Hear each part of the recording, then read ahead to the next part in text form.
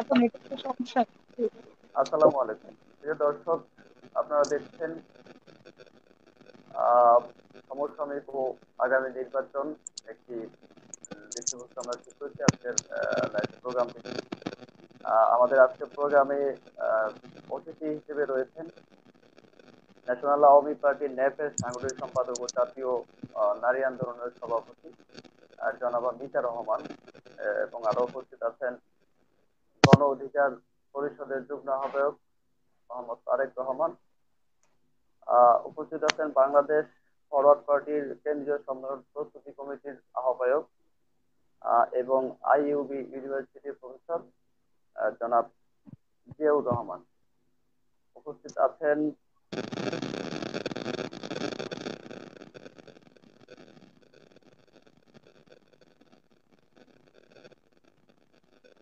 গোমস্তাপুর উপজেলা পরিষদ vice chairman জনাবা মাহফুজা খাতুন, এবং আমাদের সাথে আরো উপস্থিত থাকবেন বরগুনা জেলা বিএনপির যুগ্ম সম্পাদক ও কেন্দ্রীয় মহিলা দলের সদস্য জনাবা রিমা জামান।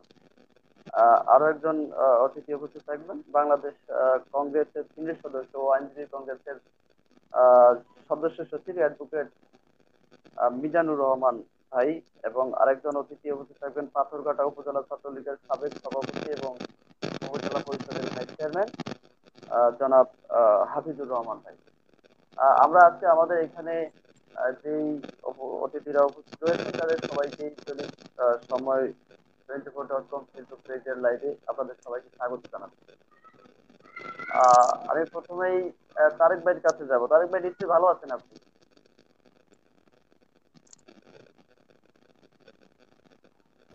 জি, ভালো আছে। জি, তারেক ভাই, আপনি শুনতে পাচ্ছেন? কিছু আপনি শোনাই নিশ্চয়ই ভালো যাচ্ছে আছেন? না। আমি আপনার কাছে জি, আমি শুনতে পাচ্ছি, আমি আপনার কথা শুনতে পাচ্ছি, আপনি বলুন। আমি যুক্ত আছি আপনাদের সাথে।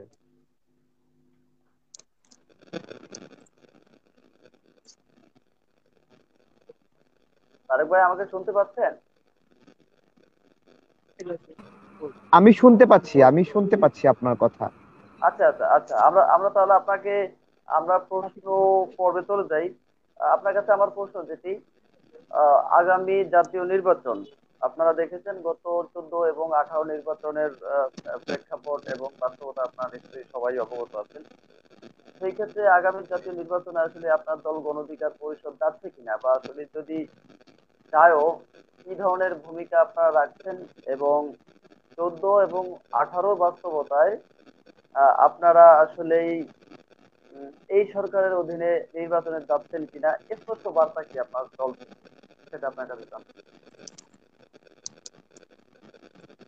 অসংখ্য ধন্যবাদ। 14 সালে আমরা যে নির্বাচনী পরিবেশটা দেখেছি, এটা বাংলাদেশের ইতিহাসে, রাজনৈতিক ইতিহাসে একটা কালো অধ্যায়, এবং 2018 নির্বাচনের ইতিহাস আরেকটা কালো অধ্যায়।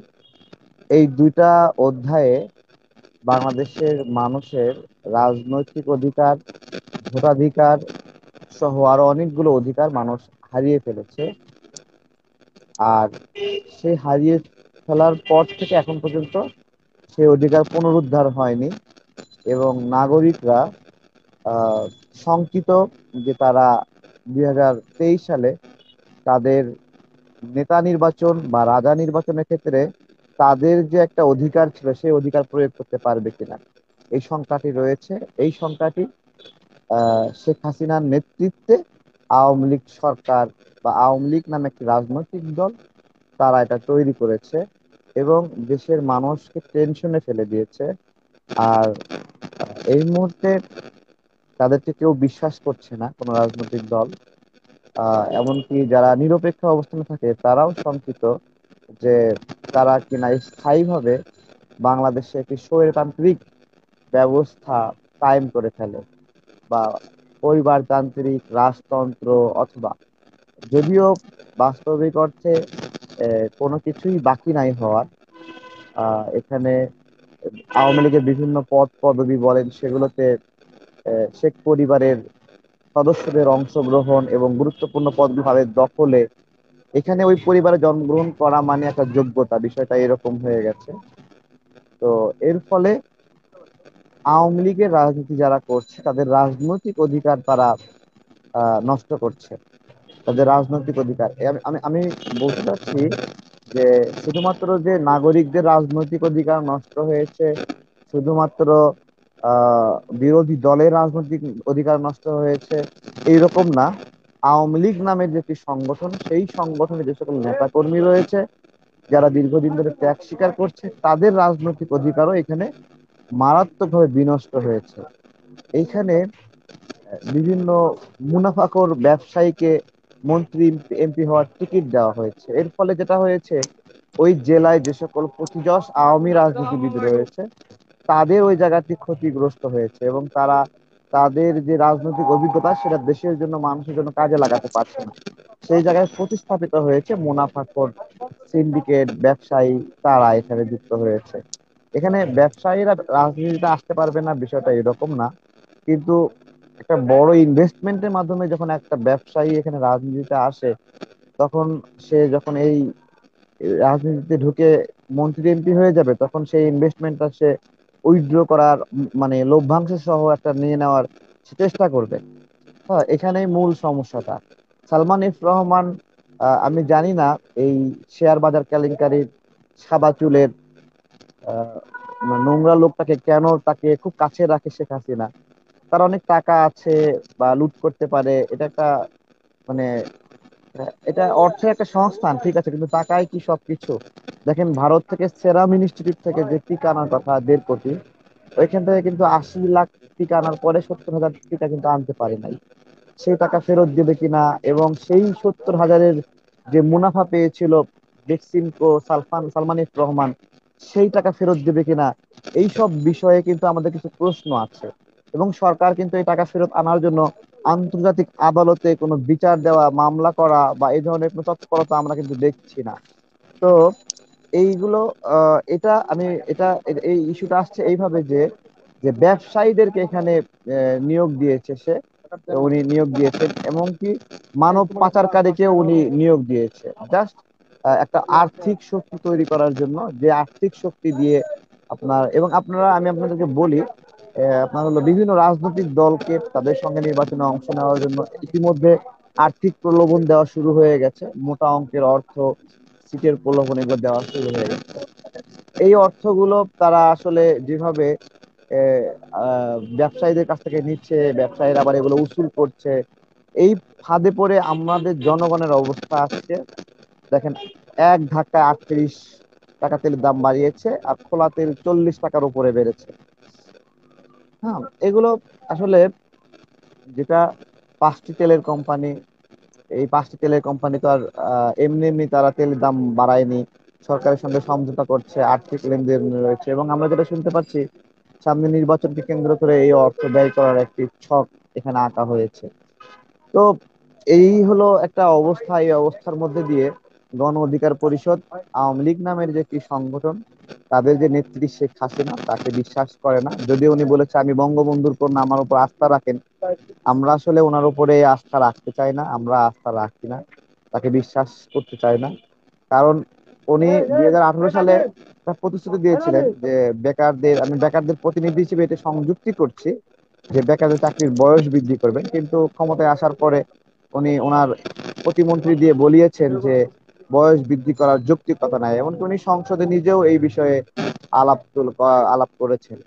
তো আমরা আসলে বিশ্বাস করতে চাই না তাকে, তাকে বিশ্বাস করার মতো যৌক্তিকতা নাই। এতগুলো মানুষ গুম হয়েছে, এতগুলো মানুষ খুন হয়েছে, তার র্যাব পুলিশ করেছে। র্যাবের তো আর জমি নিয়ে সংক্রান্ত বিরোধ ছিল না যারা গুম হয়েছে, পুলিশের তো যারা ক্রস ফায়ারে মারা গেছে তাদের সঙ্গে তো জমি নিয়ে বিরোধ ছিল না। এগুলো রাজনৈতিক ভাবে সিগন্যাল দেওয়া হয়েছে যে অমুককে এখন খাইতে হবে, তো র্যাব পুলিশ খেয়ে দিয়েছে।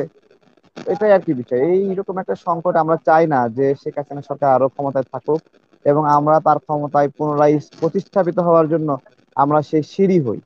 গণ অধিকার পরিষদ যথেষ্ট কনফিডেন্ট। আমরা আজকে কেন্দ্রীয় আমাদের মিটিং, সেখানেও আমরা আলোচনা করেছি যে আমরা এই নির্বাচনে যাব কিনা, বা শেখ হাসিনার, আমরা অবশ্যই নির্বাচনে যেতে চাই, নির্বাচনের মাধ্যমে ক্ষমতা পেতে চাই, ক্ষমতায় যেতে চাই, ক্ষমতায় গিয়ে রাষ্ট্রকে আমূল পরিবর্তন করতে চাই, দেশের মানুষের কল্যাণ করতে চাই। এবং সেটা আওয়ামী লীগের চেয়ে 10% 5% বেশি নয়। আমি বলছি আমরা আমূল পরিবর্তন করতে চাই, এমন একটা পরিবর্তন করতে চাই যে পরিবর্তনে এদেশের সরকারি কর্মকর্তা কর্মচারী আমলা জনগণকে স্যার বলে ডাকবে, কৃষককে স্যার বলবে, স্যার আপনি কেমন আছেন। একজন দিনমজুর তাকে বলবে স্যার আপনি কেমন আছেন। এটা আমাদের যে আহ্বায়ক তিনি সবসময় বলেন যে আমরা এমন একটি স্বপ্ন দেখি, আমাদের সদস্য সচিব তিনিও বলেন যে আমরা 10% 5%, আজকে বলছেন আমাদের রিজা ভাই যে আমরা 10% পরিবর্তনের জন্য এই দেশ তিনি স্বপ্ন দেখছি না, আমরা একটা টোটাল মানে চেঞ্জ চাই আমরা। যে চেঞ্জে দুর্নীতি বন্ধ হবে, যে চেঞ্জে পুলিশকে মানুষ নিরাপদ মনে করবে, যে চেঞ্জে সরকারি এই অফিসে গিয়ে মানুষ সেবা পাবে, যে চেঞ্জে বিচারালয়ে গিয়ে মানুষ বিচার পাবে, যে চেঞ্জে কেউ অপরাধ করে এরকম চিন্তা করবে না যে আমাকে ধরার মতো কেউ নাই। এরকম এরকম আমরা প্রস্তুতি নিচ্ছি, আমরা মানুষকে বুঝাই, আমাদের সঙ্গে নিচ্ছি, এবং মানুষ যে পরামর্শ দেয় আমরা সেই রাজনীতি, আমাদের রাজনীতিতে সেই পরামর্শগুলোও সংযুক্তি করছি। আমরা আমাদেরও অনেক ভুল ত্রুটি আছে, বিভিন্ন ছোটখাটো, এগুলো সংশোধন করে আরো শক্তিশালী হচ্ছে। তো দেখা যাক, আমরা সামনে নির্বাচনের জন্য 300 আসনে সিট দেওয়ার, আসনে প্রার্থী দেওয়ার জন্য আমরা ভালো প্রার্থী খুঁজছি। আমাদের প্রত্যেকটা জেলা, প্রত্যেকটা উপজেলায় আমাদের টিমও রয়েছে, কাজ চলছে খুব জোরে সোরে। আমরা ভালো মানুষগুলোকে একত্রিত করার চেষ্টা করছি, এবং আপনাদের এই লাইভের মধ্য দিয়ে আহ্বান জানায় যারা আমাদের রাজনীতির সঙ্গে যুক্ত হতে চায় আপনারা আমাদের সাথে যোগাযোগ করতে পারেন। আমাদের যোগাযোগ সদস্য হওয়ার ক্ষেত্রে 01725545950, এটা আমাদের আমার আমার নাম্বার। এই নাম্বারের মাধ্যমে যে কেউ যদি সদস্য হতে চান লাইভ থেকে দেখে সদস্য হতে পারেন। ধন্যবাদ আপনাদেরকে। আসসালামু আলাইকুম।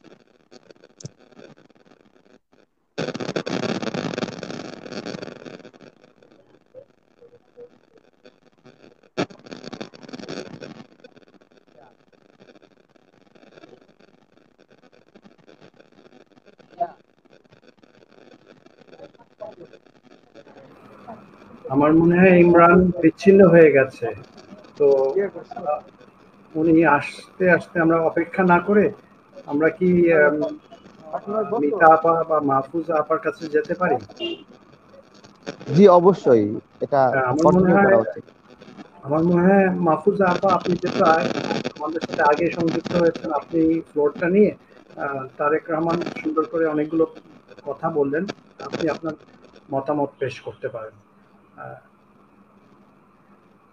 ধন্যবাদ আপনাকে। ভাইয়া, আপনার আপনার দৈনিক কথাটা আমি বুঝতে পারিনি, তবে আমার কাছে যতটুকু মনে হয় যে আমি আপনাদের কথাগুলো শুনতে না পারলেও আমাদের যে লাইভটি সরাসরি চলতেছে এই কথাগুলো আমাদের দর্শক শুনে, এতটুকু বলা যায়। সেক্ষেত্রে আমি আগেই দুঃখ প্রকাশ করছি যে আসলে আমি ভাবে বুঝতে পারছি না বিধায় আমি আপনাদেরকে আবার কিছু জানার জন্য প্রশ্ন করতে পারছি না, বা কিছু নতুন করে কিছু বলতে পারছি না, এই জন্য আমি দুঃখ প্রকাশ করছি। তবে আমি এখন গোমস্তাপুর উপজেলা পরিষদের মহিলা ভাইস চেয়ারম্যান জনাবা মাহফুজা খানম আপার কাছে দেখতে চাই। আপা, নিশ্চয়ই আপনি ভালো আছেন। জি আলহামদুলিল্লাহ ভাইয়া, ভালো আছি আমি। যে আপনার কথাটা একটু একটু বোঝা যায়। আপনি তো উপজেলা পরিষদের একজন ভাইস চেয়ারম্যান। বর্তমান বাংলাদেশের যে দ্রব্যমূল্যের ঊর্ধ্বগতি এবং যে পরিস্থিতি, আসলে সাধারণ জনগণ কতটা স্বস্তিতে আছে, আপনি একজন জনপ্রতিনিধি হিসেবে আপনি কি ধরনের বার্তা পাচ্ছেন সাধারণ জনগণের কাছ থেকে? আপনার কাছ থেকে কি ধরনের মেসেজ যাচ্ছে, বা জনগণ আসলে আপনাকে কি বলছে বা কি চাচ্ছে আপনাদের কাছে, যদি আপনি একটু বলতেন। ধন্যবাদ আপনাকে। আজকে দৈনিক সময় 24.com এর সমসাময়িক রাজনীতি এবং আগামী নির্বাচন টকশোতে অংশগ্রহণকারী আমাদের যে বড় ভাইয়া এবং আপু আছেন, এবং আজকের এই দৈনিক সময় 24.com সমসাময়িক রাজনীতি এবং আগামী নির্বাচন টকশো পরিচালনা যারা করছেন, এবং আমাদের যারা ফেসবুক বন্ধুরা আছেন, আজকের এই টকশো যারা সরাসরি লাইভে উপভোগ করছেন, আমি সকলকে আমার পক্ষ থেকে আন্তরিক সালাম ও শুভেচ্ছা জানাচ্ছি। আসসালামু আলাইকুম। আসলে আমি আমাদের সমসাময়িক যেটা রাজনীতি, সেটা আমাদের চাঁপাইনবাবগঞ্জ জেলায় আমি মনে করি যে এটা এখানে স্থিতাবস্থা বিরাজ করছে। এখানে কোনো রাজনৈতিক সহিংসতা নেই, এবং মানে এখানে সুন্দর একটা রাজনীতি চর্চা হচ্ছে বলে আমি মনে করি। আমাদের গমেস্তাপুর উপজেলা পরিষদের আমি মহিলা ভাইস চেয়ারম্যান নির্বাচিত হয়েছি। আমাদের সময়ও কিন্তু নির্বাচন স্বচ্ছ এবং সুষ্ঠুভাবে নির্বাচন সম্পাদন হয়েছে। আর আমাদের এই চাঁপাইনবাবগঞ্জ জেলায় বিগত বছরে যে জাতীয় সংসদ নির্বাচন এবং স্থানীয় নির্বাচনগুলো হয়েছে, যে নির্বাচনগুলো অবাধ, সুষ্ঠু এবং নিরপেক্ষ ভাবে মানে সম্পাদন হয়েছে আর কি। আমরা সকলে জানি যে আমাদের চাঁপাইনবাবগঞ্জ জেলায় 3টা আসন রয়েছে। শিবগঞ্জ উপজেলার চাঁপাইনবাবগঞ্জ 43, গোমস্তাপুর নাচল ভোলার চাঁপাইনবাবগঞ্জ 44 এবং চাঁপাইনবাবগঞ্জ সদর 45।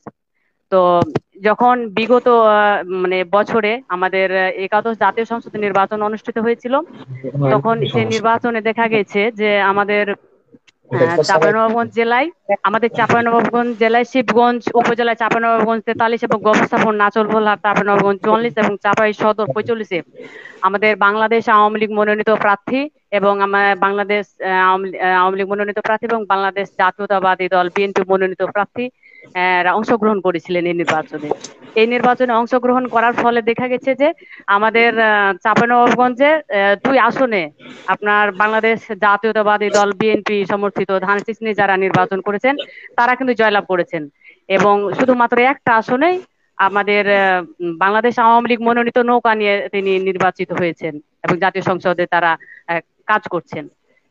আমাদের তারপরে আমাদের যে স্থানীয় নির্বাচন পৌরসভা, আমাদের গোমস্তাপুর উপজেলায় 8টি ইউনিয়ন এবং একটি পৌরসভা রয়েছে। আমাদের সেই পৌরসভার হচ্ছে রহনপুর পৌরসভা, এবং সেই রহনপুর পৌরসভায় যখন নির্বাচন অনুষ্ঠিত হয়েছিল তখন সেখানে কিন্তু বাংলাদেশ জাতীয়তাবাদী দল বিএনপি এবং বাংলাদেশ আওয়ামী লীগ মনোনীত প্রার্থী এবং স্বতন্ত্র প্রার্থী কিন্তু এই নির্বাচনে প্রতিদ্বন্দ্বিতা করেছিলেন। সেখানে না আমাদের বাংলাদেশ আওয়ামী লীগ মনোনীত প্রার্থী জয়লাভ করেছে, না বাংলাদেশ জাতীয়তাবাদী দল বিএনপি এখানে জয়লাভ করেছে। এখানে কিন্তু স্বতন্ত্র প্রার্থী মেয়র নির্বাচিত হয়েছেন। আমাদের গোমস্তাপুর উপজেলা পরিষদের 8টি ইউনিয়নেও কিন্তু যখন স্থানীয় নির্বাচন হলো বিগত বছরে, সেখানেও পরিলক্ষিত হয়েছে যে এখানে বাংলাদেশ জাতীয়তাবাদী দল বিএনপি মনোনীত প্রার্থী ছিলেন এবং বাংলাদেশ আওয়ামী লীগ মনোনীত প্রার্থী ছিলেন এবং স্বতন্ত্র প্রার্থী ছিলেন।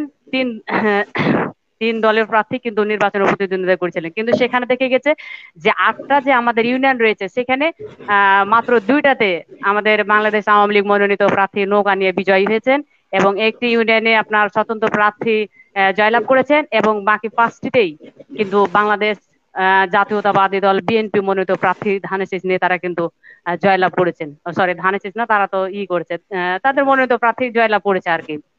তো সেক্ষেত্রে আমি মনে করি আমার চাঁপাইনবাবগঞ্জ জেলার মানে অবস্থান থেকে আমি যেটা উপলব্ধি করি যে বাংলাদেশে নির্বাচন অবাধ, সুষ্ঠু এবং নিরপেক্ষ ভাবেই সম্পাদন হয়েছে। আর যদি সেটা না হতো, তাহলে যদি আমাদের সরকার যদি ভোট কারচুপি করে নির্বাচনে জয়লাভ করতো, তাহলে চাঁপাইনবাবগঞ্জ জেলায় জাতীয় সংসদ নির্বাচন এবং স্থানীয় নির্বাচনগুলোতে অবশ্যই বাংলাদেশ আওয়ামী লীগ মনোনীত প্রার্থী কিন্তু জয়লাভ করতেন। এটা এখানে মানে সুন্দরভাবে প্রমাণিত হয়েছে। তো আমাদের যারা বাংলাদেশ জাতীয়তাবাদী দল বিএনপি সমর্থিত যারা লোক মানে ভাইয়েরা রয়েছেন, তাদের একটা বিষয় আমি দেখি যে কোন নির্বাচনে যখন দেখা যায় যে মানে বিএনপি সমর্থনকারী কোনো লোক মানে নির্বাচিত হয়েছে, কি জয়লাভ করেছে, তখন তারা বলেছে এখানে সুষ্ঠু নির্বাচন সম্পাদিত হয়েছে, সুষ্ঠু ভাবে নির্বাচন হয়েছে। কিন্তু যখন দেখে যে আওয়ামী লীগ মনোনীত প্রার্থী জয়লাভ করেছে, তখন তারা বলে যে মধ্যরাতে সরকার এবং ভোট কারচুপি হয়েছে। তো এটা হলো তাদের একটা মানে বৈশিষ্ট্য আর কি, যারা বিএনপি সমর্থন করেন। তো আমি মনে করি যে সারা বাংলাদেশে যারা মানে নির্বাচন করছেন, জাতীয় সংসদ বলেন বা স্থানীয় নির্বাচন বলেন, সেক্ষেত্রে আমি মনে করি যে মানে একটা আওয়ামী লীগ মনোনীত হোক আর বিএনপি মনোনীত হোক, অবশ্যই প্রার্থীকে কিন্তু অবশ্যই জনপ্রিয় হতে হবে, তার জনপ্রিয়তা থাকতে হবে এবং জনগণের কাছে সেই প্রার্থীর অবশ্যই গ্রহণযোগ্যতা থাকতে হবে। এবং যেই জনপ্রতিনিধি নির্বাচনে অংশগ্রহণ করুন না কেন, সেই জনপ্রতিনিধির উপর জনগণের আস্থা থাকতে হবে যে তাকে আমরা নেতা হিসাবে পেলে, তাকে আমরা এমপি বা চেয়ারম্যান বা মেয়র বা মন্ত্রী হিসাবে পেলে আমরা আমাদের দেশের জন্য ভালো কিছু করতে পারবো বা তার থেকে আমরা ভালো কিছু আশা করব। তাই আমি মনে করি যে ভোট কারচুপি করে সরকার এরকম অপবাদ না দিয়ে, আমার মনে হয় যে যাকে আমরা নির্বাচনে অংশগ্রহণ করাবো সেই নেতাকে, সেই প্রার্থীকে তার জনপ্রিয়তা আছে কিনা, তার জনগণের কাছে তার মানে গ্রহণযোগ্যতা আছে কিনা সেটা যাচাই করে তাকে আমি নির্বাচনে অংশগ্রহণের সুযোগ দিব বা দল থেকে মনোনীত করব। এটা হলে আমার মনে হয় সব থেকে বেশি ভালো হয়। তো আমাদের চাঁপাইনবাবগঞ্জ জেলায় যে বিএনপির মনোনীত নেতারা যারা নির্বাচিত হয়েছেন, জাতীয় সংসদ নির্বাচন হয়ে যারা পাস করেছেন, তারপরে যাতে ইউনিয়ন পরিষদ নির্বাচনে যারা চেয়ারম্যান নির্বাচিত হয়েছেন তাদের অবশ্যই জনপ্রিয়তা রয়েছে এবং তারা অবশ্যই জনগণের জন্য ভালো কিছু করেছে, জনগণের কাছে তাদের গ্রহণযোগ্য আছে, যোগ্যতা আছে বলেই কিন্তু তারা নির্বাচিত হয়েছে। এবং বাংলাদেশের অন্যান্য জায়গায় যারা বিএনপি মনোনীত প্রার্থীরা যারা জয়লাভ করতে পারেননি, অবশ্যই তাদের কি বলে যে মানে প্রার্থীটা মানে বাছাই এবং প্রার্থীটা মনোনয়ন দেওয়া তাদের ভুল ছিল, তাদের দলীয় ভাবে প্রার্থী বাছাই করা তাদের সঠিক হয়নি বলে আমি মনে করি। এবং যে প্রার্থীগুলোকে তারা নির্বাচনে অংশগ্রহণ করার সুযোগ দিয়েছে দল থেকে, তাদের জনপ্রিয়তা ছিল না বলেই কিন্তু তারা নির্বাচনে জয়লাভ করতে পারে। এটা তাদের ব্যক্তিগত দুর্বলতা। এই দুর্বলতা আমাদের সরকারের উপর চাপিয়ে দেওয়ার কোনো সুযোগ নেই বলে আমি মনে করি। আর আমাদের এই যে বর্তমান রাজনীতি যেটা পরিলক্ষিত, যে দ্রব্যমূল্য বৃদ্ধিকে নিয়ে যে সরকারি বিরোধী একটা আন্দোলন করছে জাতীয়তাবাদী দল বিএনপি, তো আমি তাদের উদ্দেশ্যে বলতে চাই যে দ্রব্যমূল্য যখন আহ বৃদ্ধি হয় তখন আপনারা কি বলে যে করছেন, মানববন্ধন করছেন, আমাদের সরকার বিরোধী আন্দোলন করছেন। কিন্তু যখন আমাদের সরকার, যখন সরকারি যারা চাকরিজীবী রয়েছেন, সরকারি চাকরিজীবীদের যখন বেতন ভাতা বৃদ্ধি করছেন, তখন কিন্তু আপনারা কিন্তু মানে সরকার বিরোধী আন্দোলন করেন না, তখন কিন্তু আপনারা বলেন না। আর তারপরে ব্যক্তিগতভাবে আমি যেটা বলতে চাই যে আজ আমাদের আশেপাশে যে জমিগুলো রয়েছে, সেই জমিগুলো যখন দাম বৃদ্ধি পাচ্ছে, যে জমিগুলোর 20,000 30,000 টাকা কাঠা ছিল, সেই জমিগুলো আজকে দেখেন যে 10 লাখ 12 লাখ টাকা কাঠা। তো এই দামগুলো কি আমাদের মাননীয় প্রধানমন্ত্রী শেখ হাসিনা সরকার বৃদ্ধি করছে? এইগুলো তো আমরা ব্যক্তিগত ভাবেই আমরা বৃদ্ধি করছি। কই তখন তো আপনারা কেউ কিছু বলছেন না, তখন তো আপনারা কেউ সরকার বিরুদ্ধে আন্দোলন করছেন না, তখন তো বলছেন না যে এই দামগুলো কেন হচ্ছে, কেন এটা আমাদের ব্যক্তিগত তার জন্য যে আমার এক কাঠা জমি বিক্রি করলে আমি বেশি লাভবান হব, আমি সরকারি চাকরি করি, আমি না করি আমার ভাই করছে, আমার সরকার তাদের বেতন বৃদ্ধি করছে, সে পাচ্ছে, তখন কেন আপনারা আন্দোলন করেন না? আর যারা ওই বাংলাদেশ জাতীয়তাবাদী দল সমর্থনকারী যারা যে বিক্ষোভ মিছিল করছেন আমাদের সরকার পতনের জন্য, যারা সরকার বিরোধী আন্দোলন করছেন, আমি তাদের দৃষ্টি আকর্ষণ করে বলতে চাই যে যখন 1996 সালের 15 ফেব্রুয়ারি ষষ্ঠ জাতীয় সংসদ নির্বাচন অনুষ্ঠিত হয়েছিল, তখন বাংলাদেশের রাষ্ট্রীয় ক্ষমতায় ছিলেন বিএনপি সরকার, খালেদা জিয়া। বাংলাদেশের তখন যখন তিনি সরকার ছিলেন, তখন বাংলাদেশের ক্ষমতা থাকাকালীন দ্রব্যমূল্যের ঊর্ধ্বগতি এবং দ্রব্যমূল্যের ঊর্ধ্বগতি চরম ও অনিয়মের কারণে জনগণের বিক্ষোভের সম্মুখীন হতে হয়েছিল তাকে। এবং জনগণ যখন সরকার বিরোধী আন্দোলন শুরু করেছিলেন, তখন বাংলাদেশ জাতীয়তাবাদী দল বিএনপি সরকার খালেদা জিয়া তিনি কিন্তু ক্ষমতা থাকতে পারেননি, তিনি পদত্যাগ করতে বাধ্য হয়েছিলেন। তো আজকে আমি তাদেরকে বলতে চাই, সেই 1996 সালে জাতীয় সংসদ নির্বাচনে যখন আপনাদের নেত্রী ক্ষমতায় ছিলেন, তখন যখন দ্রব্যমূল্য বৃদ্ধির কারণে যখন তিনি পদত্যাগ করতে বাধ্য হয়েছিলেন, আজকে তারা যদি আমাদের আওয়ামী লীগ সরকারের বিরুদ্ধে যদি সরকার পতনের আন্দোলন করেন, তাহলে কি নিজের নামাজ না পড়ে অন্যকে নামাজ পড়া তাগিদ দেওয়ার মতো বিষয়টা হয়ে যাচ্ছে না? এটা আমি আমি মনে করি আর কি। তো আমি যারা কি বলে যে সরকার বিরুদ্ধে আন্দোলন করছেন, সরকারের বিরুদ্ধে সমালোচনা করছেন, আমি তাদেরকে বলবো যে আপনারা আসুন, আমরা প্রতিহিংসার রাজনীতি চাই না, আমরা প্রতিযোগিতার রাজনীতি চাই। আর আমাদের বাংলাদেশ সরকার, মাননীয় প্রধানমন্ত্রী শেখ হাসিনা, তিনি আমাদের বাংলাদেশের উন্নয়নের জন্য সার্বিক প্রচেষ্টা করছেন যাতে আমাদের বাংলাদেশ মানে উন্নত রাষ্ট্রের সাথে তাল মিলিয়ে চলতে পারে এবং উন্নত রাষ্ট্রের মতো একদিন সেরকম একটা উন্নত ভালো কিছু করতে পারে, উন্নয়ন করতে পারে, এই আর কি। তো আমি মনে করি যে বাংলাদেশের উন্নয়নের অনেক কারণ আছে, উন্নয়নের অন্তরায়, তার মধ্যে এই যে সরকার বিরোধী আন্দোলন এবং সরকারের যে সমালোচনা করে, যে বিক্ষোভ মিছিল করে, এটা কিন্তু একটা প্রধান মানে কারণ এবং উন্নয়নের মানে অন্তরায় বলে আমি মনে করি। তো আমরা যারা এই সরকার বিরুদ্ধে আন্দোলন করছেন, তারা কিন্তু দেশের ভালো করছেন না, আমি মনে করছি তারা দেশের ক্ষতি করছেন। আমরা যদি জনগণ আমাদের দেশের ভালো কিছু করতে চায়, জনগণের ভালো কিছু করতে চায়, তাহলে আমরা সরকার বিরুদ্ধে আন্দোলন না করে, সরকারের সমালোচনা না করে, আমরা কিন্তু ভালো কিছু আমরা করতে যদি চাই, তাহলে সরকারের কাছে আমরা আবেদন করছি। এই যে দ্রব্যমূল্য বৃদ্ধির কথা, এখানে এত বেশি কথা বলার প্রয়োজন, আমরা তো আবেদন করতে পারি যে আমাদের দ্রব্যমূল্য বৃদ্ধি হয়েছে, আমাদের মাননীয় প্রধানমন্ত্রী শেখ হাসিনা দৃষ্টি আকর্ষণ করছে, তিনি একটু এটা আমাদের সহযোগিতা করেন, আমাদের ভর্তুকি দেন, তাহলে তো হয়। কিন্তু এত কঠিন ভাবে বিষয়টা নিচ্ছেন যে যে মানে যখন তারা বিক্ষোভ মিছিল করছে, পুলিশ প্রশাসন পুলিশ বাহিনী তাদেরকে কিন্তু বাধা দিচ্ছে, সেখানে কিন্তু যে মারপিট গন্ডগোল হচ্ছে, এখানে কিন্তু রাজনৈতিক সহিংসতা বৃদ্ধি পাচ্ছে। তো প্রত্যেকটা ক্ষেত্রেই সমন্বয় করলেই সবকিছু সম্ভব, কিন্তু প্রতিহিংসা এবং প্রতিযোগিতা থাকলে, হিংসা যদি থাকে, তাহলে কিন্তু কোনো উন্নয়ন সম্ভব নাই। এবং আমরা সকলে জানি যে হযরত মুহাম্মদ সাল্লাল্লাহু আলাইহি সাল্লাম ছাড়া কোনো মানুষই ভুলের ঊর্ধ্বে নয়। তো আমাদের সরকার, আওয়ামী লীগ সরকারের যে ভুল নাই সেটা বলছি না, এবং প্রত্যেক সরকারই আমাদের যে জাতীয় বাংলাদেশ বিএনপি এর সরকার, খালেদা যে সরকার, তারও ভুল ত্রুটি আছে। তো আমি মনে করি যে কোনো সরকারের ভুল ত্রুটি আমরা খতিয়ে না দেখে এবং সেটাকে হাইলাইটস না করে আমরা ভালো কিছু করার চিন্তা ভাবনা করি। এটা আমি আপনাদের কাছে আশা করছি। এবং আমাদের আগামী নির্বাচন যে আহ, হবে, সে নির্বাচন সম্পর্কে আমার যেটা ধারণা যে আমরা চাই না যে বিএনপি মানে বাংলাদেশ জাতীয়তাবাদী দল বিএনপি বা জাসদ বা জামাত কেউ মানে এই আমরা আমাদের এই যে নির্বাচন নিয়ে কোনো প্রশ্ন করুক, আঙ্গুল তুলে কথা বলুক, এই নির্বাচন চাই না। আমি মাননীয় প্রধানমন্ত্রী শেখ হাসিনার কাছে অনুরোধ করব যে আমরা আগামী আগামী যে জাতীয় সংসদ নির্বাচন হবে, এটা আমরা কোনো প্রশ্নবিদ্ধ নির্বাচন চাই না, অবাধ সুষ্ঠু এবং নিরপেক্ষ নির্বাচন চাই। এবং আমি অত্যন্ত আশাবাদী যে বাংলাদেশে সামনে যে নির্বাচন হবে, জাতীয় সংসদ নির্বাচন, সেটা সুষ্ঠু নিরপেক্ষ এবং অবাধ নির্বাচনই হবে। আর যদি সুষ্ঠু নিরপেক্ষ অবাধ নির্বাচন হয় তাহলে আমি অত্যন্ত আশাবাদী যে আমাদের বাংলাদেশ আওয়ামী লীগ সরকার, মাননীয় প্রধানমন্ত্রী মমতা মহিমা, তিনি আমাদের নেত্রী, তিনি কিন্তু নির্বাচনে জয়লাভ করবেন এবং বাংলাদেশ আওয়ামী লীগ সরকার আবার ক্ষমতা আসবেন ইনশাল্লাহ। এর কারণ হলো কি যে আমাদের বাংলাদেশ সরকার, আমরা জানি যে আমাদের বাংলাদেশ বিভিন্ন সময় বিভিন্ন সরকার শাসন করেছে। আমরা বিভিন্ন সরকারের শাসন আমল আমরা পর্যালোচনা করেছি, কিন্তু দেখেছি কিন্তু আমাদের আওয়ামী লীগ সরকার যে উন্নয়নমূলক কাজগুলো করেছেন, জনগণের জন্য, গরিব দুঃখী মেহনতি মানুষের জন্য যে কাজগুলো করেছেন, তিনি তাদের দুঃখের কথা যতটা ভেবেছেন, তিনি যে উন্নয়নমূলক কাজ করেছেন সেটা কোনো সরকার করতে পারেন নাই। যে উদাহরণ হিসাবে আমি বলতে পারি যে আমাদের আওয়ামী লীগ সরকার যে উন্নয়নমূলক কাজ করেছেন সেটা হচ্ছে, যেমন ধরেন যে আশ্রয়ন প্রকল্প, তিনি যে একটা বিশাল বড় যে আশ্রয়ন প্রকল্প নিয়েছেন। আমাদের সারা বাংলাদেশে অনেক গৃহহীন ভূমিহীন রয়েছেন, তাদেরকে আমাদের মাননীয় প্রধানমন্ত্রী শেখ হাসিনা সরকার যাদের ভূমি নেই, যাদের গৃহ নেই, তাদেরকে ভূমি মানে তাদের জমি রেজিস্ট্রি করে দিয়ে তাদের বাড়ি করে দিয়েছেন। এই এত বড় একটা বিশাল একটা মানে কাজ কত বড় মনের হলে মানুষ করতে পারে, এটা কিন্তু কোনো সরকার পূর্বেও করতে পারে নাই, ভবিষ্যতেও করতে পারবে না বলে আমি মনে করি ইনশাল্লাহ।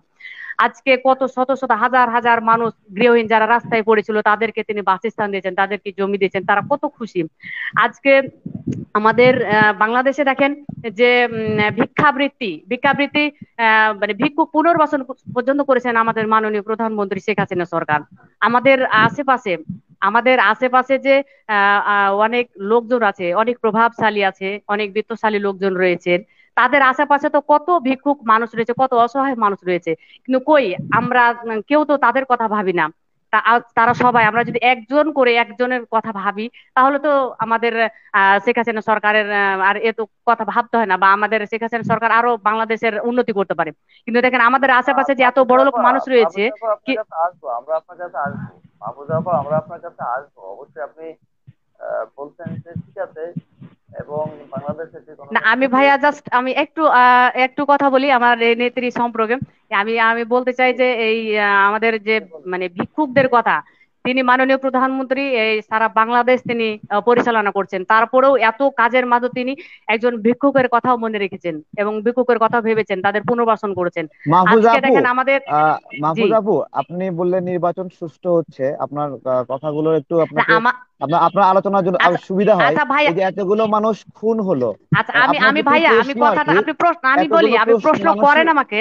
একটু না একটু আপনি একসাথে উত্তর দেন, না, একসঙ্গে একটু মিলাই কথা বলেন। যে এই না যে আমার প্রায় মনে একশো হয় আমি ভাইয়া পঁয়ষট্টি আমি জন মানুষ কথাটা খুন শেষ করি, হলো, প্রশ্ন করেন আপনি তারপরে আমাকে। একজন আওয়ামী লীগের বলেন। নেতা বলল যে আপনার হলো একজন আওয়ামী লীগের নেতা বলল যে হলো কবরস্থানে কবর দিতে দেবে না, মসজিদে নামাজ পড়তে দেবে না। তারপরে এতগুলো 165 জন মানুষ খুন হলো।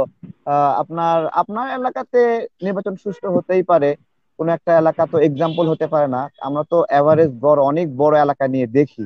হ্যাঁ, আপনি যে ডেভেলপমেন্টের কথাগুলো বলছেন, এই ডেভেলপমেন্ট গুলোতে আমাদের বছরে 65,000 কোটি টাকা পাচার হয়েছে। এই পাচার গুলো বিষয়ে আপনি বলছেন যে ভুলগুলো ধরলে সমস্যা, ভুল ধরলে তো ভুল সমাধান হয়। আপনি এভাবে এতটা প্রশংসা কেন করছেন আসলে বুঝে আসছে না। মানে আপনি ভুল ধরার মানে বিপক্ষে কেন? ভুল ধরলে কেন উন্নয়ন বাধাগ্রস্ত হবে? ভুল ধরলে তো সংশোধন হয়।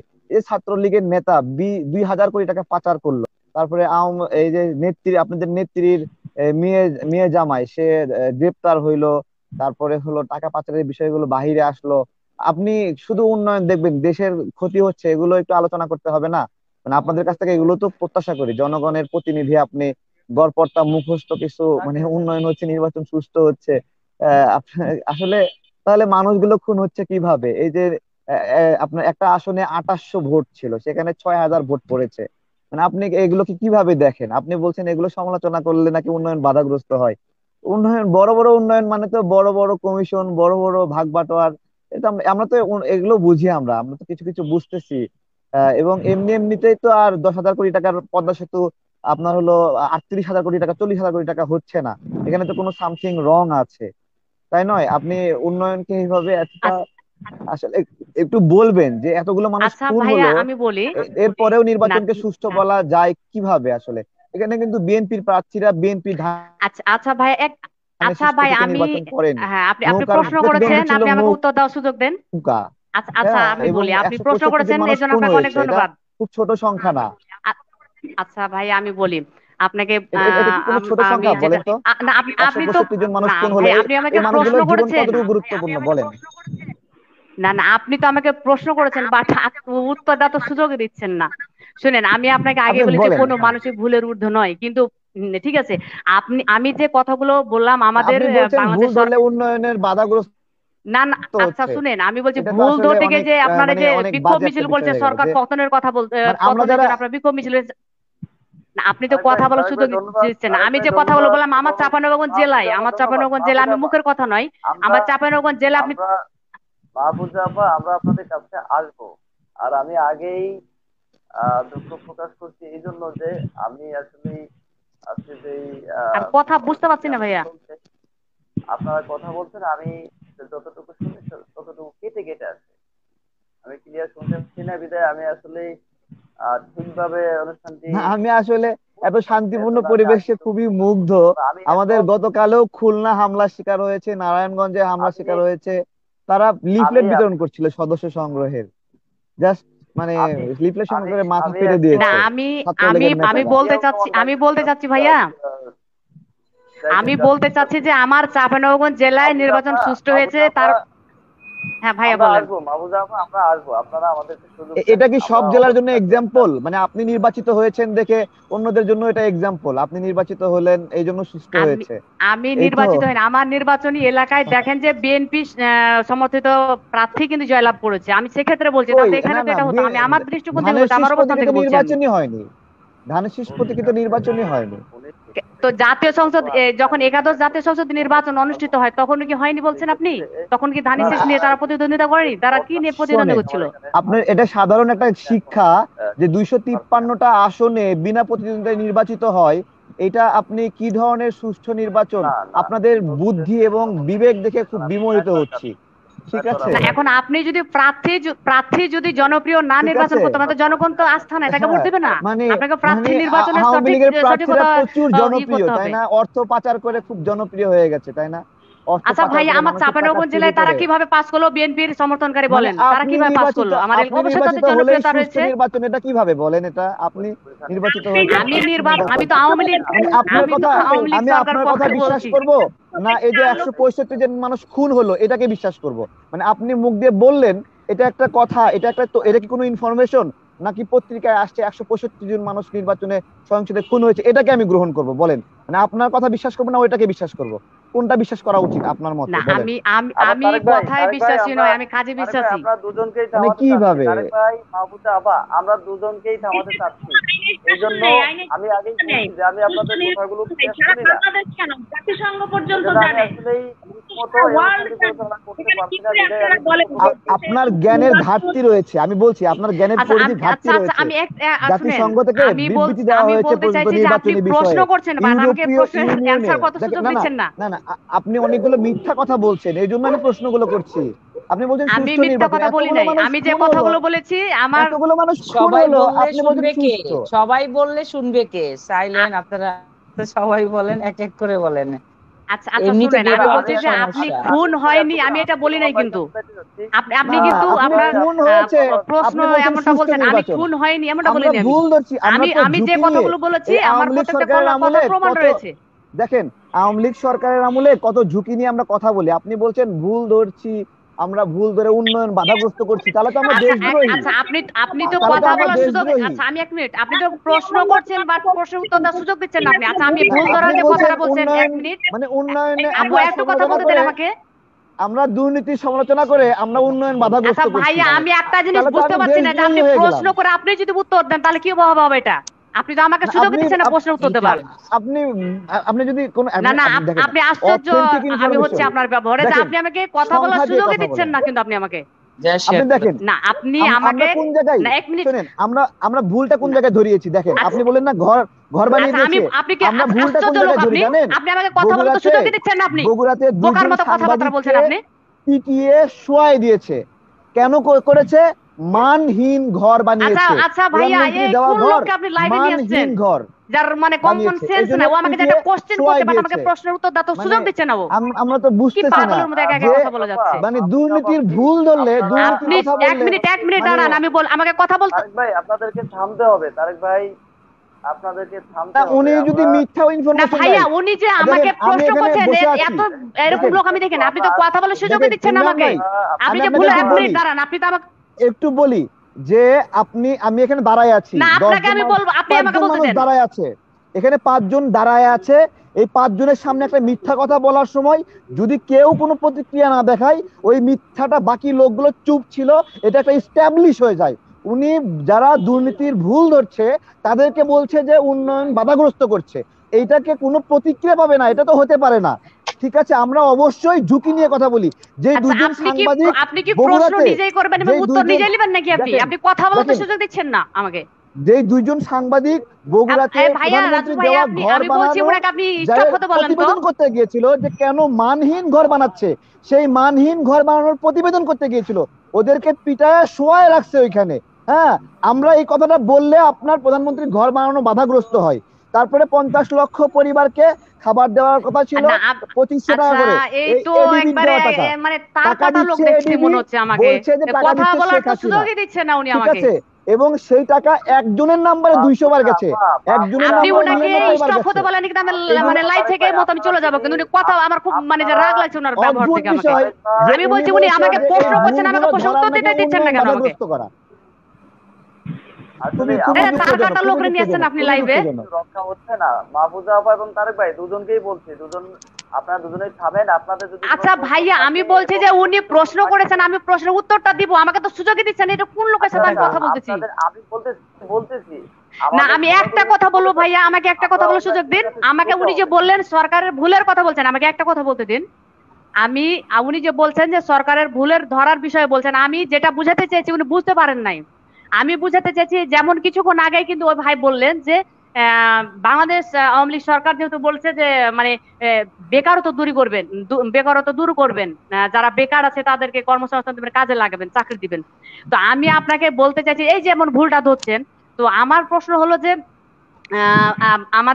আমরা যে মা বাবা ভাই বোন নিয়ে আমাদের যে একটা পরিবার, তো আমাদের মাননীয় প্রধানমন্ত্রী শেখ হাসিনা তারও কিন্তু সারা বাংলাদেশের জনগণ নিয়ে এটা কিন্তু তার একটা পরিবার।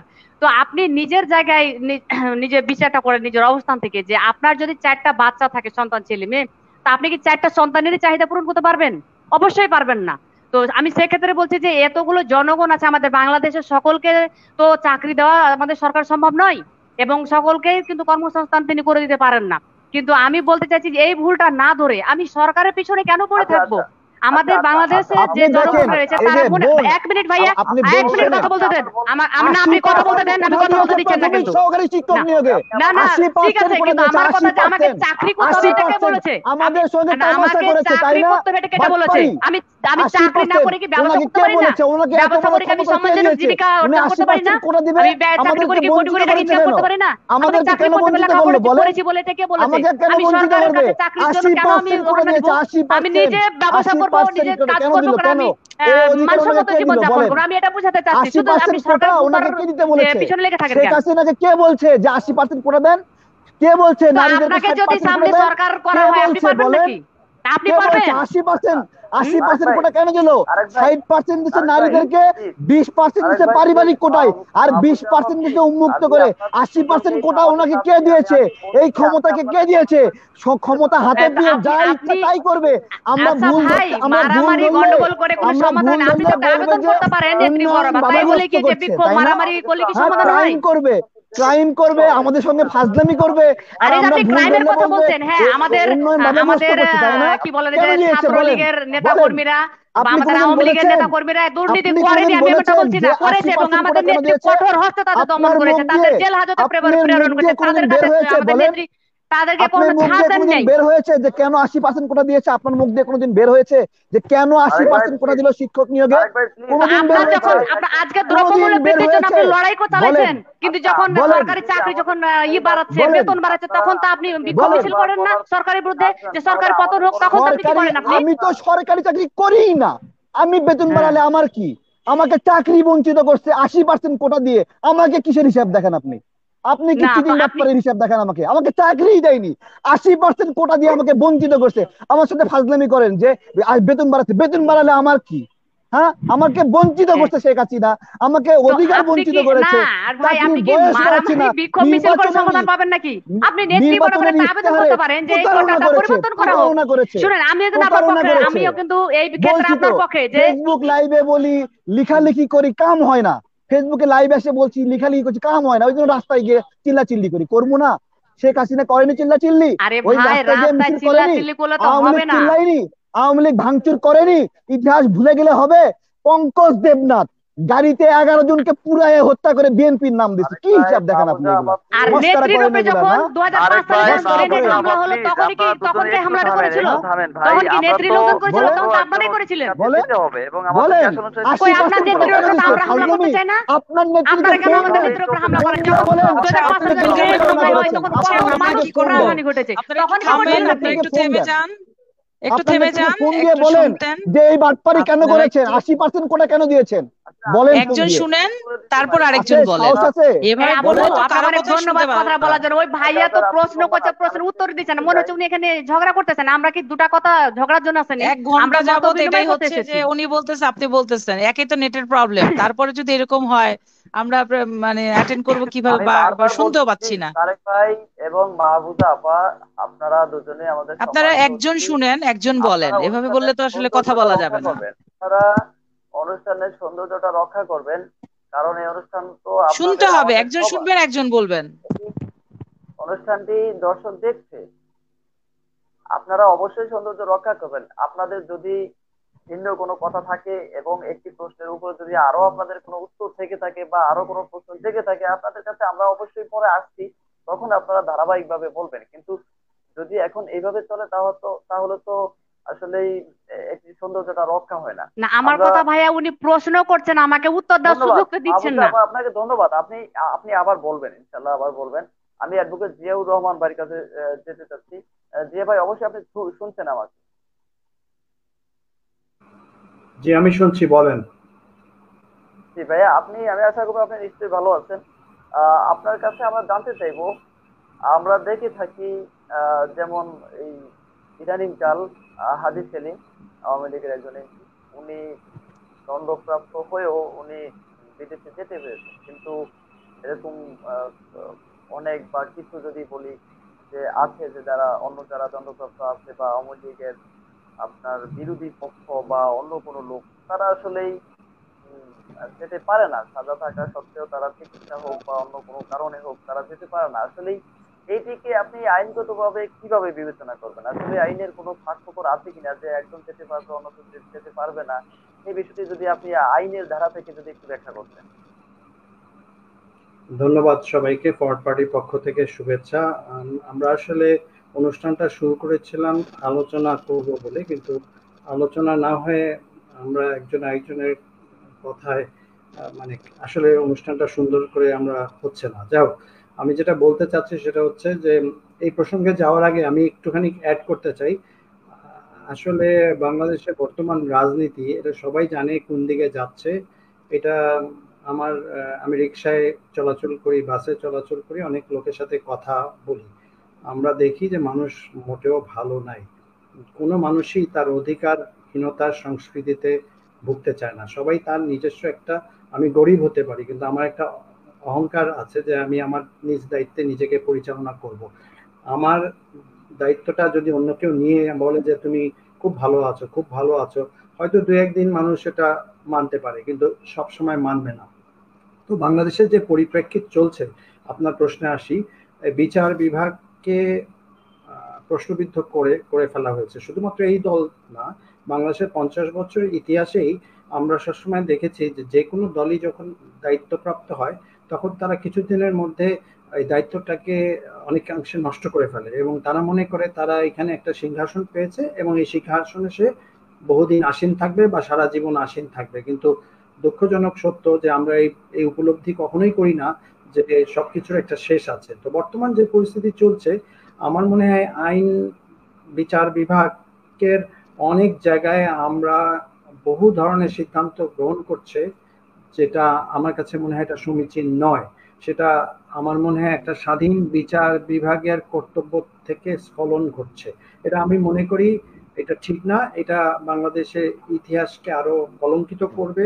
আমার মনে হয় বিচার বিভাগের যে স্বাধীনতা, মাজদার হোসেন কেসের আর্টিকেল 22-এ বাংলাদেশকে বলা হচ্ছে বিচার বিভাগের পূর্ণ স্বাধীনতা দেওয়ার কথা, কিন্তু আদতেই কি পূর্ণ স্বাধীনতা আমরা দিয়েছি? কোন সরকার দিয়েছে? দেয়নি। এই সরকারের পরিস্থিতি অত্যন্ত শোচনীয় আমি বলবো এই এই দিক থেকে। আর আমরা দুইজন আলোচক বৃন্দ কথাগুলো বললেন, আমরা ফরওয়ার্ড পার্টির পক্ষ থেকে একটা কথা বিশ্বাস করি যে 2014 সালের ইলেকশনে আমাদের আমাদের অনেক দেশের অনেক ক্ষতি হয়েছে। বিনা প্রতিদ্বন্দ্বিতায় 153 জন নির্বাচিত হয়েছেন। তো প্রথম গণতন্ত্রের উপর বলে না যে একটা রোগ, তো রোগের উৎপত্তি শুরু হয়েছে 2000, আরো আগের থেকেই শুরু হয়েছে কিন্তু বড় ধরনের রোগ শুরু হয়েছে 2014 সালে। আর 2018 সালে আমাদের আমাদের গণতন্ত্র ক্যান্সারে আক্রান্ত হয়েছে। এখন আমাদের এই ক্যান্সার থেকে বের হতে হবে। ক্যান্সার থেকে বের হওয়ার জন্য কিছু মানুষকে উজ্জীবিত করা এখন সময়ের দাবি। আর নতুন রাজনীতির প্রেক্ষাপট এসে গেছে। যারা নতুন রাজনীতি নিয়ে কাজ করতে চান, আমি যেমন ফরওয়ার্ড পার্টির সাথে আছি, যারা নতুন রাজনীতিকে স্বাগত জানাতে চান, সেই দেশবাসীগুলো এখন আস্তে আস্তে উজ্জীবিত হচ্ছে এবং আমাদের দেশ এমন একটা পর্যায়ে চলে গেছে যে বলে না যে কোনো কুতুবকেই এখন জনগণ বিশ্বাস করে না। নতুন কুতুব খুঁজছে কিন্তু সেখানেও বিশ্বাসের ঘাটতি। আজকে আমরা একটা অনুষ্ঠানে প্রায় 60 জন, আমাদের ফরওয়ার্ড পার্টি, আমি মিটিং এ ছিলাম 60-65 জনের একটা অনুষ্ঠানে, সেখানে একই কথা বারবার চলে আসছে যে নতুনকে নিয়ে আগাতে হবে ভাইজান, কিন্তু নতুন লোক তো ওই জায়গায় পৌঁছতে পৌঁছতে খারাপ হয়ে যায়। তো এইটাই আমাদেরকে এখন বোঝাতে হবে যে 50 বছর ইতিহাসে আমরা দুইটি বড় দলের নেতৃত্ব দেখেছি, সেখান থেকে খুব প্রশংসার দাবি রাখে না, কেউই প্রশংসার দাবি রাখে না। বর্তমান সরকার তো রাখে নাই, এটা সবাই জানে, সর্বজন স্বীকৃত। আমাদের 14 বছর একটা বালকও এই ব্যাপারে আপনাকে মোটামুটি একটা গোছালো উত্তর দিতে পারবে। সুতরাং আমাদের এখান থেকে বের হয়ে আসতে হবে। আর পাচার কিন্তু এই সরকারের সময় হয়নি, সব সরকারের সময় হয়েছে। এখন এটা অনেক বেশি হয়েছে, এটা আমরা বলতে পারি, অনেক বেশি হচ্ছে। আমরা একটা সমীক্ষা নিয়েছিলাম, এটা মোটামুটি কাছাকাছি। গত 51 বছরে বাংলাদেশ, 52 বছর 51 বছরে বাংলাদেশের ইতিহাসে আমাদের প্রায় 25 কি 24 হাজার লক্ষ কোটি টাকা পাচার হয়েছে। তো এই 24 লক্ষ কোটি টাকা যদি বাংলাদেশে চলে আসে তাহলে বাংলাদেশ একটা অমিত সম্ভাবনার বাংলাদেশ, আমরা একটা নতুন বাংলাদেশ করতে পারবো। তো আমাদের যে চিন্তা, নতুন যারা রাজনীতি করছে তাদের সবার চিন্তা কিন্তু এক, এবং তারা চাচ্ছে একটি গণতান্ত্রিক পদ্ধতিতে বাংলাদেশ চলুক, এবং এই গণতান্ত্রিক পদ্ধতিতে যত তাড়াতাড়ি বাংলাদেশ পদার্পণ করবে দেশটি তত তাড়াতাড়ি সুশৃঙ্খল ধারায় চলে আসবে। আমরা আপনাদের এই অনুষ্ঠানের মাধ্যমে দর্শক শ্রোতার কাছে আহ্বান জানাচ্ছি, আপনার নতুনকে আলিঙ্গন করেন, নতুনের সময় এসছে। আমরা বস্তা পচা রাজনীতির থেকে বেরোয় আসার একটা সময় এসছে। বস্তা পচা দুর্নীতি পরায়ণ রাজনীতি শুধুমাত্র একটি দলকে উদ্দেশ্য করে বলছি না, আমাদের বাংলাদেশে 50 বছর ইতিহাসকে ধারণ করে আমি এই কথাটা বলছি। তো আমাদের দরকার এখন যারা নতুন চিন্তা করছেন তাদেরকে স্বাগত জানান নতুন রাজনীতির সাথে। আর বিচার বিভাগের ব্যাপারটা আবারও ফেরত আসছি, আমার কাছে মনে হয় বিচার বিভাগকে প্রহসনমূলক জায়গায় পৌঁছানোর পৌঁছে দেওয়াটা অন্যায়। যে দলই করুক, যেই সরকারই করুক, যদি বিচারকে প্রশ্নবিদ্ধ করা হয়, এটা জাতির সবচেয়ে গুরুত্বপূর্ণ মেরুদণ্ডের একটি অংশ। এটা যদি ভেঙে যায় তাহলে জাতি ভেঙে গেল। ঠিক একইভাবে আপনি যদি পুলিশ প্রশাসন, আমলা, তারপর সেনা প্রশাসনের মধ্যে যদি ভাইরাসটা ঢুকিয়ে দেন এবং দলীয়করণ, অন্ধ অনুগত দলের মানুষকে পরিণত করেন, তাহলে তার বিচার বিশ্লেষণ করার সক্ষমতা সে হারিয়ে ফেলবে, যেটা আমরা অনেক ক্ষেত্রেই দেখতে পারি আজকালকার বাংলাদেশ। সুতরাং আমরা চাচ্ছি যে একটি গুরুত্বপূর্ণ পয়েন্ট, সেটা হচ্ছে দেশের দলের উপর দেশ, দেশকে নিয়ে ভাবুন। দেশে বড় ধরনের অরাজকতা চলেছে এখন। তো এটার মানে আমি একটার পর একটা পয়েন্ট দিতে পারি। আমি ঝগড়াতে যেতে চাই না, সবাই জানেন আমরা আমরা চাই যে একটা সুন্দর বাংলাদেশ হোক, একটা ঐক্যবদ্ধ বাংলাদেশ হোক। আমরা একটা অমিত সম্ভাবনার জাতি, আমাদের 17-18 কোটি জনগণ, সবাই মিলে এই দেশটাকে ধরতে হবে, সবাই মিলে এখানে দুর্নীতিকে ঝেঁটিয়ে বের করতে হবে। এবং দুর্নীতির সাথে যারা জড়িত, সে যে দলেরই লোক হোক, যেই গোত্রেরই লোক হোক, যেই পরিবারের লোক হোক, আমরা দুর্নীতিকে না বলার একটা সময় এসছে। দুর্নীতিকে রেড কার্ড দেখাতে চাই। ফরওয়ার্ড পার্টি দুর্নীতিটাকে সহনীয় পর্যায়ে আনার জন্য যত কিছু করা, এই কাজগুলো করতে চায়। আর জনগণকে উজ্জীবিত করার উপায় হচ্ছে আরো অধিক গণতন্ত্র, অধিক গণতন্ত্র এবং অধিক গণতন্ত্র চর্চা করা। গণতন্ত্রহীনতা বাংলাদেশকে ইরাকের মতো নিয়ে যাবে, সিরিয়ার মতো নিয়ে যাবে। তখন কোনো কোনো ব্যক্তির পক্ষে, একক ব্যক্তির পক্ষে কখনোই সম্ভব হবে না এই দেশটাকে ফেরত আনা। বাংলাদেশের পার্শ্ববর্তী অনেকগুলো দেশে বড় ধরনের সমস্যা চলছে, আপনারা সবাই জানেন কেন হচ্ছে, এটাও আপনারা জানেন। তা আমি বলি এই অন্ধত্ব দূর করতে হবে, বাংলাদেশের অন্ধত্ব দূর করতে হবে। মানুষের চিন্তার অন্ধত্ব চলছে। কিছু কিছু লোক শুধুমাত্র দলকানা হয়ে গেলে এটা দেশের জন্য বিরাট অমঙ্গল। আমাদের ভাই বোন আছে, আমাদের সন্তান আছে, আমাদের বাবা মা আছে, এই দেশেই আমাদের বাস করতে হবে। সুতরাং আমি মনে করি বর্তমান সম্পূর্ণ উচিত সবাই অন্ধত্ব দূরীকরণ প্রকল্প হাতে নেওয়া, গণতন্ত্র পুনরুদ্ধার প্রকল্প হাতে নেওয়া। আমি আর বক্তব্য দীর্ঘায়িত করতে চাই না। ফরওয়ার্ড পার্টির পক্ষ থেকে আপনাদের সবাইকে শুভেচ্ছা। ভালো থাকবেন, সুস্থ থাকবেন এবং গণতান্ত্রিক চর্চার মাধ্যমে আমরা আমাদের চিন্তা চেতনাকে বিকাশ ঘটাবো। রাগারাগি, ঝগড়া, ফ্যাসাদ থেকে বেরোতে হবে। হ্যাঁ, আপনি আপনার বক্তব্য দিবেন, মাহফুজা আপা তার বক্তব্য দিবেন, উনি ওনার দলকে অনেক ভালোবাসেন, অবশ্যই উনি ওনার দলের পক্ষে কথা বলবেন। তারেক তার দলকে ভালোবাসেন এবং উনি অনেক কষ্টে আছেন। আমরা ফরওয়ার্ড পার্টি খুবই কষ্টে থাকি, রেগুলারলি আমাদের সমস্যা হচ্ছে, আমাদের অনুষ্ঠান করতে দেওয়া হয় না, এটা অত্যন্ত দুঃখের ব্যাপার। এত ভয় কেন? এত এত যদি মানুষ যে কোনো একটি দল, এত যদি বিপুল জনগণের যদি আগ্রহ থাকে ওই দলে, তাহলে এত ভয় কেন? এত ভয় কেন? এত জুজুর ভয় কেন? আমার প্রশ্ন হচ্ছে এটা। আর একটা অবাধ, সুষ্ঠু, নির্দলীয়, নিরপেক্ষ সরকারের অধীনেই রাজনীতি আগাতে হবে এবং এটা আমার মনে হয় এটা দেশের জন্য সাফল্য নিয়ে আসবে। এবং আমরা পৃথিবীর মানচিত্রে বাংলাদেশকে একটি আবার লাল সবুজের পতাকা হিসেবে অহংকারের সাথে দেখতে চাই। যেই চর্চার মাধ্যমে কিন্তু আমরা গণতন্ত্র চর্চার মাধ্যমে আমাদের এই দেশটা শুরু হয়েছিল, সেখান থেকে আমরা ফিরে যেতে চাই না। সেই ফেরত যাওয়াটা হবে বোকামি, বোকার স্বর্গে থাকা, এবং যে ফেরত যাওয়ার প্রক্রিয়াতে আসবে সে দেশদ্রোহী হবে। আমি কিন্তু দেশদ্রোহী হব না, আমি গণতন্ত্র চর্চার পক্ষের লোক, আমি গণতন্ত্র ধ্বংস করার পক্ষের লোক। ধন্যবাদ আপনাকে আল ইমরান। আমি আর বক্তব্য দীর্ঘায়িত করব। সবাইকে শুভেচ্ছা। ফরওয়ার্ড পার্টি পক্ষ থেকে আমি advocate Zia Rahman, forward party জাতীয় কাউন্সিল প্রস্তুতি কমিটি আহ্বান। বলেন, বলেন। সরি, জিয়াউর রহমান ভাই, জি বলেন। আমার বক্তব্য আমি শেষ করে ফেললাম তো। আচ্ছা আচ্ছা, ধন্যবাদ আপনাকে, ধন্যবাদ। আমরা এখন ন্যাশনাল আওয়ামী পার্টি ন্যাপের সাংগঠনিক সম্পাদক ও জাতীয় নারী আন্দোলনের সভাপতি মিতা রহমান আপার কাছে যেতে চাই। মিতা আপা, আপনি নিশ্চয়ই ভালো আছেন? আসসালামু আলাইকুম সবাই। সবাইকে ধন্যবাদ এবং 24 দৈনিক সময় 24 কে ধন্যবাদ আমাকে আমন্ত্রণ জানানোর জন্য। একে তো অনেক নেটের প্রবলেম, দুয়ে তো এত মানে বাক বিতর্ক হচ্ছে, পরিবেশ ঘোলাটে হয়ে যাচ্ছে। আমি কথাগুলো ক্লিয়ার শুনতে পাচ্ছি না। আমি আগেও বলেছি, আমাদের শুনতে পাচ্ছেন? কথাগুলো ক্লিয়ার শুনতে পাচ্ছেন, আমি শুনতে পাচ্ছি না। সেহেতু আমি আগেই বলে রাখি, বিএনপি মহাসচিব শুনতে পাচ্ছেন না? ইতিমধ্যে একটি মন্তব্য করেছেন যে বাংলাদেশ আসলে শ্রীলঙ্কার কিছুই শ্রীলঙ্কার পথে হাঁটছে কিছুই এবং শুনতে পাচ্ছি না, শ্রীলঙ্কার তারপরে বলি। অবস্থান কি হয়েছে সেটি আপনারা জানেন, আমরা জানি, সবাই জানি। আপনি এই বিষয়টিকে কিভাবে মূল্যায়ন করবেন, এই মন্তব্যটি? আমি শুনতে পাইনি, বাফার করছে, শুনতে পাইনি, আবার বলতে হবে প্লিজ, কারণ এতক্ষণ কারো কথাই শুনি নাই। 54 মিনিট হয়েছে, 55 মিনিট হয়েছে বসে আছি, কারো কোনো কথাই মানে ক্লিয়ারলি কোনো শব্দই শুনতে পাচ্ছি না।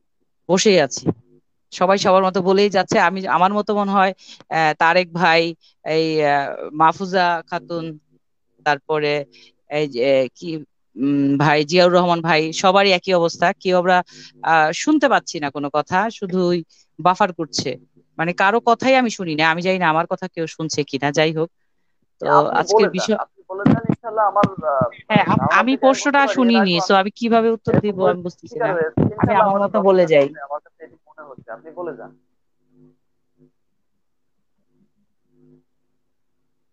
বলেন, আমি শুনতে পাইনি।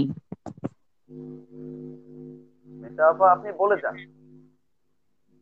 আপনার বক্তব্য আপনি দিন। আচ্ছা আচ্ছা আচ্ছা, ধন্যবাদ। বাংলাদেশ ন্যাশনাল আওয়ামী পার্টি ন্যাপের পক্ষ থেকে জেবেল রহমান গানী, তার পক্ষ থেকে সবাইকে শুভেচ্ছা এবং অভিনন্দন। আজকের বিষয় হচ্ছে উম, সময়ের রাজনীতি। সময়ের রাজনীতি, আগামী নির্বাচন। তো সময়ের রাজনীতি, এখন কি রাজনীতি আছে, এখন হয়েছে ব্যবসা নিয়ে। এখানে আসলে সময়ের রাজনীতি নিয়ে আমি কি বলবো? এখানে আমরা যারা দেশের মানুষ আছি, জনগণ আছি, আমাদের যে ন্যায্য মৌলিক অধিকার গুলো, এখান থেকে তো আমরা বঞ্চিত সবাই। বঞ্চিত খাদ্য থেকে, আমাদের মূল হচ্ছে যে আমরা খাদ্য, পোশাক, বাসস্থান, চিকিৎসা, শিক্ষা, তো আমরা মোটামুটি সবকিছু থেকে বঞ্চিত। মাননীয় প্রধানমন্ত্রী শেখ হাসিনার আজকে উনি 12 বছর শেষ, 13 বছর চলছে মনে হয়। তো উম, এই এই এত বছরে আমরা মনে হয় কোনো সফলতা দেখিনি, শুধু শুনে যাচ্ছি যে রাস্তাঘাট হচ্ছে, কিন্তু কারো, আমার মনে হয় না কারো অর্থনৈতিক উন্নতি হয়েছে বা কারো চাকরি হয়েছে, কারো বাসা ভাড়া কমেছে, কারো চিকিৎসা ব্যবস্থা ভালো হয়েছে, কারো শিক্ষা ব্যবস্থা ভালো হয়েছে। এই করোনাকালীন আমরা শিক্ষার মান দেখেছি কি হয়েছে। করোনাকালীন যারা ঢাকায় থাকি, তাদের বাসস্থান কিভাবে ছেড়ে চলে যেতে হয়েছে আপনারা দেখেছেন। আর কিছুদিন আগে দেখেছেন শিক্ষাঙ্গনে ঢাকা কলেজে যে শিক্ষাঙ্গনে একটা কি বাজে অবস্থা হলো, দুজন মারা গিয়েছে, আরো আহত হয়েছে অনেকে। তো শিক্ষা ব্যবস্থা কোথায় আছে আসলে আমার জানা নাই, আপনারা যে ভালো বলতে পারবেন। তারপরে খাদ্য ব্যবস্থা, আমাদের যেটা একেবারেই প্রয়োজন সেটা হচ্ছে খাদ্য ব্যবস্থা। আমরা আজকে খাদ্য কোনটা কিনতে পাচ্ছি, কোন খাবারটা আমরা সহজে পাচ্ছি? আমি পরশুদিন বাণিজ্য মন্ত্রীকে আমি একটা টক শোতে দেখেছি, 71 চ্যানেলে দেখেছি।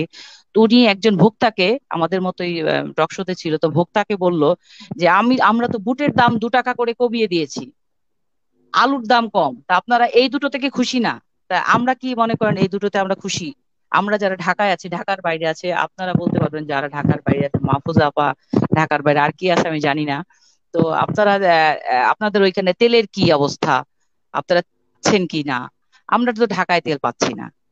আমরা যারা নতুন বাসাগুলোতে গ্যাসের সমস্যা, সেটা হচ্ছে যে আমরা নতুন সিলিন্ডার ব্যবহার করি, সিলিন্ডার অতিমাত্রায় দাম বেড়ে, প্রতি সপ্তাহে বা 15 দিন অন্তর অন্তর দাম বেড়ে যাচ্ছে। এটা আসলে আমি মনে করি যে এই করোনাকালীন হাজার হাজার মানুষ বেকার হয়েছে, কর্মসংস্থান কিন্তু তৈরি হয়নি। কর্মসংস্থান নতুন করে তৈরি হয়নি, কর্মসংস্থান হারিয়েছে। মানুষ কি পরিমাণ মানুষ যে চাকরি হারিয়েছে, তার ব্যবসা হারিয়েছে। আমাদের মাঝে আমরা দেখেছি অনেকে অনেক ধনী ছিল, কিন্তু একটা সময় দোকান ছেড়ে, বসুন্ধরার মতো জায়গায় দোকান, স্টান প্লাজার মতো জায়গায় দোকান, আমাদের অনেক জায়গায় এরকম দোকানপাট ছেড়ে তারা গ্রামে ফ্যামিলি পাঠিয়ে দিয়েছে। আমার বাচ্চা স্কুলে পড়ে, অনেক বাচ্চারা পরীক্ষা দিতে আসেনি, কেন? তার সবাই গ্রামে চলে গেছে, ভাড়া দিতে পারে না, দোকান ভাড়া দিতে পারেনি। তো আমাদের এই করোনাকালীন যদি আমাদের কোনো জিনিসই আমরা সুফল পাইনি। সরকার কি দিয়েছে, কিছু ত্রাণ দিয়েছে, সেটা আমাদের মতো মানুষের রাস্তায় গিয়ে নেওয়া সম্ভব না, টিবিসি লাইনে গিয়েও কম দামে কিছু কেনা সম্ভব না, বা এলাকা ভিত্তিক যে খাবারগুলো দেয় এগুলো আমাদের পক্ষে নেওয়া সম্ভব না। আমরা আমরা আমাদের যে এখন সবকিছুর দাম বেড়ে যাচ্ছে, তেলের জন্য আমি গত পরশুদিন প্রেস ক্লাবে মানববন্ধন করে এসেছি, খালি বোতল নিয়ে দাঁড়িয়েছিলাম। তো এটা আমার জন্য করি না, আমি সবার জন্যই করেছি, আমি আমার দেশের মানুষের জন্য করেছি। তো এই যে যে তেলের দাম বেড়েছে, এই যে যে কিছুদিন লবণের একটা হিড়িক পড়েছিল, সবাই রাতের বেলা শুনি যে লবণ নিয়ে চলে যাচ্ছে, এই লবণ কিনতে হবে, লবণ শেষ হয়ে যাচ্ছে। তার পেঁয়াজ, পেঁয়াজ নিয়ে কি হলো আপনারা সবাই জানেন। আমরা আসলে আর এখন চলছে তেলের স্মার্টি, এত তেল দিচ্ছে, এত তেল দিচ্ছে, আমরা সাধারণ মানুষ তেল পাচ্ছি না। মানে কি পরিমাণ তেল জানি না কে দিচ্ছে, আমরা তো কাউকে তেল টেল দেই না। তো কে কাকে তেল দিচ্ছে যে তেল শেষ হয়ে গিয়েছে। এখন তেলের এতই দাম, সাধারণ আমাদের ঢাকার যারা কিছু পেয়েছে, ঢাকার বাইরে আমার অনেক রিলেটিভ আছে, ওরা আমাকে ফোন দিয়ে বলে যে আপা বা ম্যাডাম তেল নাই কোথাও, 2 লিটারের বেশি তেল কোথাও নাই। এবং আমি নাই বললে হবে না, আমরা নিউজে আপনারা হয়তো প্রতিদিন আপনারা সবাই মনে হয় প্রতিদিন দেখছেন যে কি হারে এরা গুদাম করে লুকিয়ে রেখেছে, খাটের নিচে, স্টোরে, গুদাম ঘরে, এখানে সেখানে সবার তেল লুকানো। তো এটা এটা এইটা শিক্ষামন্ত্রী কি, বাণিজ্য মন্ত্রী কি বললো? উনি বললো ব্যবসায়ীদের বিশ্বাস করে ভুল করেছে। এটা এটা এটা কি বিশ্বাসের জায়গা? একটা দেশ কি বিশ্বাসের জায়গা চলবে? আমরা কি তার বিশ্বাসের কারণে আমরা আজকে খেসারত দিচ্ছি? আমাদের সংসার কি তার বিশ্বাসের উপরে চলবে? প্রত্যেকটা মানুষের, প্রত্যেকটা মানুষেরই, যাই হোক, তেল, চাল, মানে কিছু কিছু জিনিস আছে একেবারেই প্রয়োজনীয়, তেল ছাড়া তো আসলে রান্না হয় না। আমাদের মাননীয় প্রধানমন্ত্রী শেখ হাসিনা সবকিছুতেই বলে, রোজার সময় যেমন বেগুনি নিয়ে বলেছে পেঁপে নি খেতে। আমি ভাবছিলাম যে উনি অ্যাটলিস্ট এই তেলের সময় কিছু বিবৃতি দিবে না, কারণ তেলের অল্টারনেটিভ আমরা আসলে, আমরা বাঙালি একটু ভোজন রসিক, একটু তেল মশলা খেতেই পছন্দ করি। আমি ভেবেছিলাম উনি অ্যাটলিস্ট এই বিষয়টাতে উনি বিবৃতি দিবে না, কিন্তু উনি দিয়েছে বাদামের তেল খাওয়ার জন্য। তো যাই হোক, বাদামের তেল কজন খেতে পারবো, বা কজন খাই আমরা, বা কজনের হাতের নাগালে আছে, গ্রামগঞ্জে আছে, ঢাকা কেন্দ্রিক আর কজন, আমরা ঢাকার বাইরে অনেক জায়গায় অনেক অনেক মানুষ, এরা কয়দিন বাদামের তেল কিনে খেতে পারে আমার আসলে ধারণা নাই। এক, দুই হচ্ছে যে আপনার রেলমন্ত্রী, উনি ওনার ওয়াইফকে বিশ্বাস করতে পারেন না। এই যে যে বিশ্বাস, এই যে যে চেনা জানা, এগুলো দিয়ে কি সংসদ চলে? আজকে সংসদ কিভাবে চলছে, কাদেরকে নিয়ে চালাচ্ছে? মাননীয় প্রধানমন্ত্রী, আমি জানি না ওনার কাছে যায় কিনা, কানে যায় কিনা, যে এইরকম আমি বললে খারাপ দেখা যায়, অযোগ্য মানুষদের দিয়ে সংসদ চালিয়ে, এই সংসদের দায়ভার আমরা জনগণ দিচ্ছি।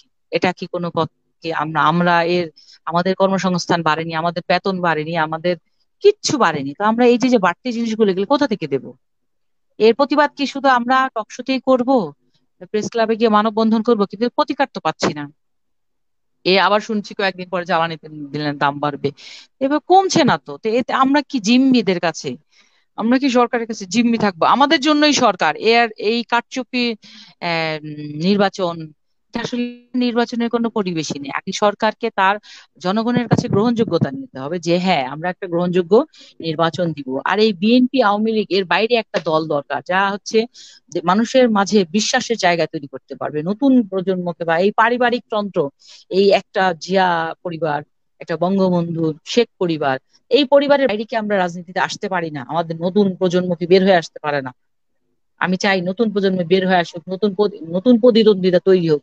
এই একঘেয়েমি, এই জিনিস বাড়া, এই ঝগড়া, এই দুর্নীতি, আজকে আওয়ামী লীগ চলে যাক বিএনপির প্রবলেম হবে, বিএনপি আসতে পারছে না, আমাদের এইভাবে বা 13 বছর একসাথে থেকে থেকে থেকে থেকে থেকে তাদের কাছে আর কোনো কিছুই মূল্যবান মনে হচ্ছে না আমাদের কাছে, আমরা তাদের কাছে, কারণ হয়ে গিয়েছে, মূল্যহীন হয়ে গেছে। কারণ এ সরকার ভোটের ভোটের ভোটের মাধ্যমে কি এসেছে? ভোটের মাধ্যমে কি এসেছে? রাতে রাতে আমাদের আমরা নিজেই, আমি ধানমন্ডিতে থাকি, এখানে আমি আমার নিজের চোখেই দেখেছি। তো এরকম আহ, নির্বাচন আসলে আমি জানি না এটা আপনারা কতটা মেনে নিয়েছেন, বা আমি মেনে নিই নাই। কারণ এই লুটেরাদের কাছে দেশ কতদিন থাকবে, দেশের মানুষ কতদিন জিম্মি থাকবে, আমার আসলে জানা নাই। আমি আমি চাই রাজনৈতিক প্রতিহিংসা ও জাতির, সমাজের কারণে, এই সমাজের কারণে এই জাতিকে ভালো রাখার জন্য সরকারকে, মাননীয় প্রধানমন্ত্রীকে আমাদেরকে বোঝা উচিত, আমাদের এই লুটেরাদের কাছ থেকে আমাদেরকে রক্ষা করা উচিত। আমি জানি না নতুন করে কে আসবে, কে আমাদের দেশে হাল, এবং কে আমাদের এই যে লুটেরাদের যে এই যে মানে আমাদের গলায় দড়ি দিয়ে বেঁধে টেনে দিচ্ছে, এটার লাগাম কে ধরবে? আমরা কিভাবে ঝুলেই থাকবো? আর ডে বাই ডে আমরা ঝগড়া করব, আমি আধা ঘন্টা 40 মিনিট 45 মিনিট 54 মিনিট ঝগড়া শুনলাম, কি হলো এতে? মাহফুজা আপারে কি হলো, আরিফ ভাই না কে ছিল ওনারই বা কি হলো? আমরা কি করছি? এতে আমাদের কোনো সুফল হচ্ছে না। আমি আশা করি নতুন কোনো মানুষ আসুক, নতুন কোনো মানুষ এসে দেশের হাল ধরুক, এবং এর মাসুল আমরা না দিই। রাজনীতিবিদরা, রাজনীতি করি আমি, রাজনীতি বলেই যাই, কিন্তু আমি জানি না এর সুফল কবে আসবে। এই আর কি, কি বলবো, এখানে আসলে রাজনীতি রাজনীতি নাই, ব্যবসা ব্যবসা নীতি যেখানে বহমান, সংসদের 60% ব্যবসায়ী। আমার আমার এলাকার এমপি ছিল তাপস, ব্যারিস্টার ফজলে নূর তাপস। তো উনি এই আসনটা দিয়ে দিয়েছে, উনি আমাদের একজন ব্যবসায়ীকে দিয়েছে। তো এখন আমি জানি না এই দেশ, এই আমাদের এলাকা কিভাবে চলছে। এরকম ব্যবসায়ীদের কাছে যতদিন এ দেশ আমরা জিম্মি থাকবো, তারা ব্যবসায়ী চিন্তা করবে না জনগণের চিন্তা করবে? একজন ব্যবসায়ী কখনো জনগণের চিন্তা করতে পারে না, আমার মনে হয় না। কারণ একজন দোকানদার যখন বিক্রি করে তখন চিন্তা করে না যে যে নিয়ে যাচ্ছে তার কাছ থেকে 2 টাকা কম রাখি, তখন চিন্তা করে উনি আরো 5টা টাকা বাড়িয়ে নিতে পারলে ওনার ব্যবসায়িক লাভ হবে।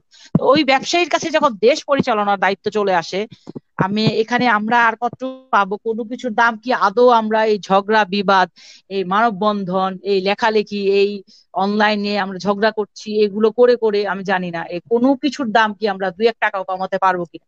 আজকে সরকার বলছে যে তেল পাবে 110 টাকায়, 110 বা 20 টাকায়। কোথায় পাবে? তেলের দাম কত ছিল? নর্মাল তেলের দামটাই কত ছিল? তো এই যে দামই তো ছিল 110-20 টাকা, সেইখানে দাম বাড়িয়ে এইখানে নিয়ে এসে ট্রাকে দিচ্ছে, টিবিসি কে দিচ্ছে। তো টিবিসি কে আপনি যেতে পারবেন? আপনারা কেউ কি টিবিসি লাইনে দাঁড়াতে পারবে? আবু যে আপনাদের ওইখানে আছে কিনা আমার জানা নাই, ওই আপা আরেকজন আছে, আপনি নাম আসলে অত ভাবে কারোটা জানি না। তো কে কে কি, আমরা কি কেউ কি লাইনে গিয়ে দাঁড়াতে পারবো ট্রাকের লাইনে? আর যারা দাঁড়ায় তারা কত ঘন্টা সময় লাইনে দাঁড়িয়ে থাকে। আমার বাসার বুয়া, দারোয়ান, রিক্সাওয়ালা সকাল ভোরবেলা গিয়ে লাইনে দাঁড়ায়, 5টা 6টা, মারামারি লেগে যায়। আপনারা মনে হয় কিছুদিন আগে রোজার মাঝে বা রোজার আগে কিছু ছবি দেখেছেন, মহিলারা কি হারে ট্রাকের পিছনে দৌড়াচ্ছে। 5 থেকে 6 ঘন্টা একটা ট্রাকের পিছনে গিয়ে দাঁড়ায় থাকে। তারা কি, তাদের কোনো কাজ নাই? এই টিবিসিতে 110 টাকা 120 টাকা।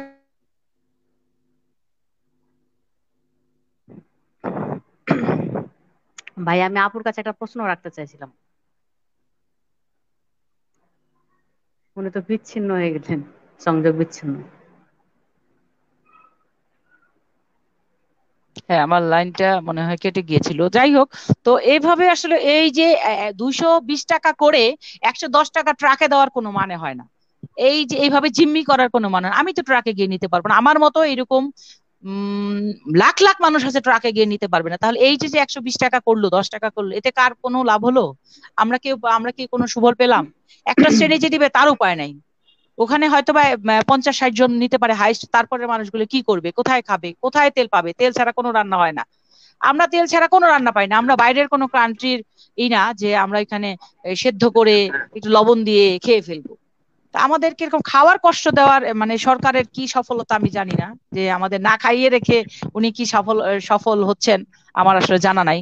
আর উনি কেনই বা আমাদের জনগণের এই কথাগুলো ওনার যাচ্ছে না, ওনার ওনার কান অব্দি পৌঁছাচ্ছে না, এটার সলিউশন কি আমার আসলে জানা নাই। আমি এখনকার রাজনীতি নিয়ে আমি খুবই ক্ষুব্ধ, এবং খুবই কষ্ট পাই। রাজনীতি করি যখন, প্রতিটা প্রোগ্রামে যাই, যখন শুনি জনগণের কথাগুলো, আমাদের গুণী আরো নেতা কর্মীরা আছে ওনারা বলে, খুব কষ্ট পাই, কিন্তু কিছু করার নাই। এখানে কোনো সরকার নীতি নাই, ব্যবসা নীতি চলছে, এখানে ব্যবসা দুর্নীতি চলছে। ব্যবসা নীতি না, ব্যবসা দুর্নীতি। এখান থেকে বেরোয় আসতে পারবে কিনা আমার জানা নাই। যাই হোক, আমি আর শুনতে চাই। আর আমার আমার আমি চাই নতুন নেতৃত্ব বের হয়ে আসুক। মাওলানা ভাসানী যখন ছিলেন, উনি দেশপ্রেম, দেশে কি করেছেন, এবং প্রতিটা দল তার প্রতি কৃতজ্ঞতা ছিল, আছে, থাকবে। এবং তার নেতৃত্বে আমরা, তার অনুপ্রেরণায়, তার পথে আমরা আমার চেয়ারম্যান জেবেল রহমানের গানের নেতৃত্বে আমরা চাচ্ছি নতুন কিছু করার জন্য। আশা করি আমাদের সামনের পথ ভালো হবে। এই আর কি বলতে চাই। ধন্যবাদ আপনাকে আপু আপনাকে সাংবাদিক ভাই। আপনার কাছ থেকে একটা কথা আমি জানতে চাইছিলাম। জি জি জি জি, বলুন প্লিজ। আহ আপনার কথাগুলো অনেক ভালো লাগলো, অনেকক্ষণ মনোযোগ দিয়ে শুনলাম। তো আমি আপনার কাছে একটা কথা জানতে চাইছিলাম যে আপনি আসলে নতুন সরকারের মুখ দেখতে চাইছেন না মানে বাংলাদেশের আমি কিন্তু উন্নয়নটা চাইছেন? আমি শুনতে পাচ্ছি না, আবার বলেন, সরি। আপু বলছিলাম যে আপনি কি নতুন সরকারের মুখ দেখতে চাইছেন না দেশের উন্নয়ন চাইছেন, মানে কোনটা আর কি?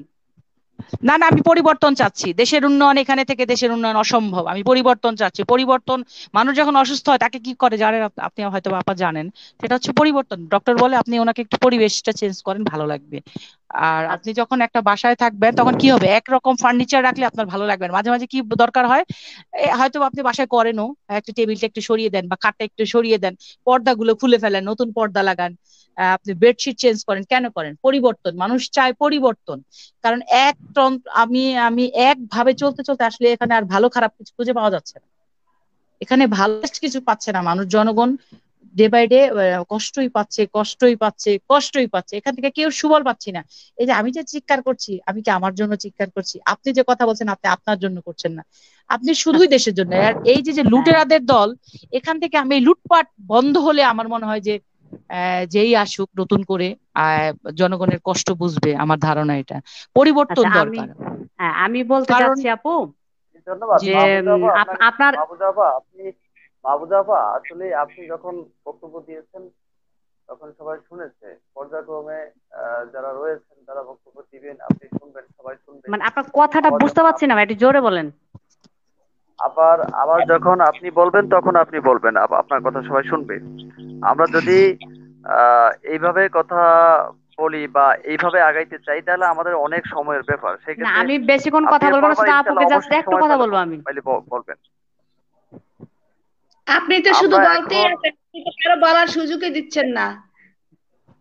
না, আচ্ছা মাহফুজা আপনি আপা আপনি শোনেন, বলেছেন সবাই একটু একটু বলে নেক। আপনি ভাইয়া আমি একটু বলেছেন বলি, সবাই একটু একটু বলে নেক, তারপরে আবার সবাই সবাইকে প্রশ্ন করবে। আচ্ছা, কারণ আবার সবাই বড় আপুকে দেন, এক ঠিক আছে, ঘন্টা বড় আপুকে দেন। 1 ঘন্টা 10-11 মিনিট সবাই বসে আছে, কথা শুনি আবার প্রশ্ন হবে। সবার মাহফুজা কথা আপা শুনি আপনি আমরা। শুনুন, আর ওই আমি আমি একটু বলি। আমি প্রথমেই বলেছি যে নেটওয়ার্ক সমস্যার কারণে আমি আপনাদের কথাগুলো স্পষ্ট শুনতে পাই না।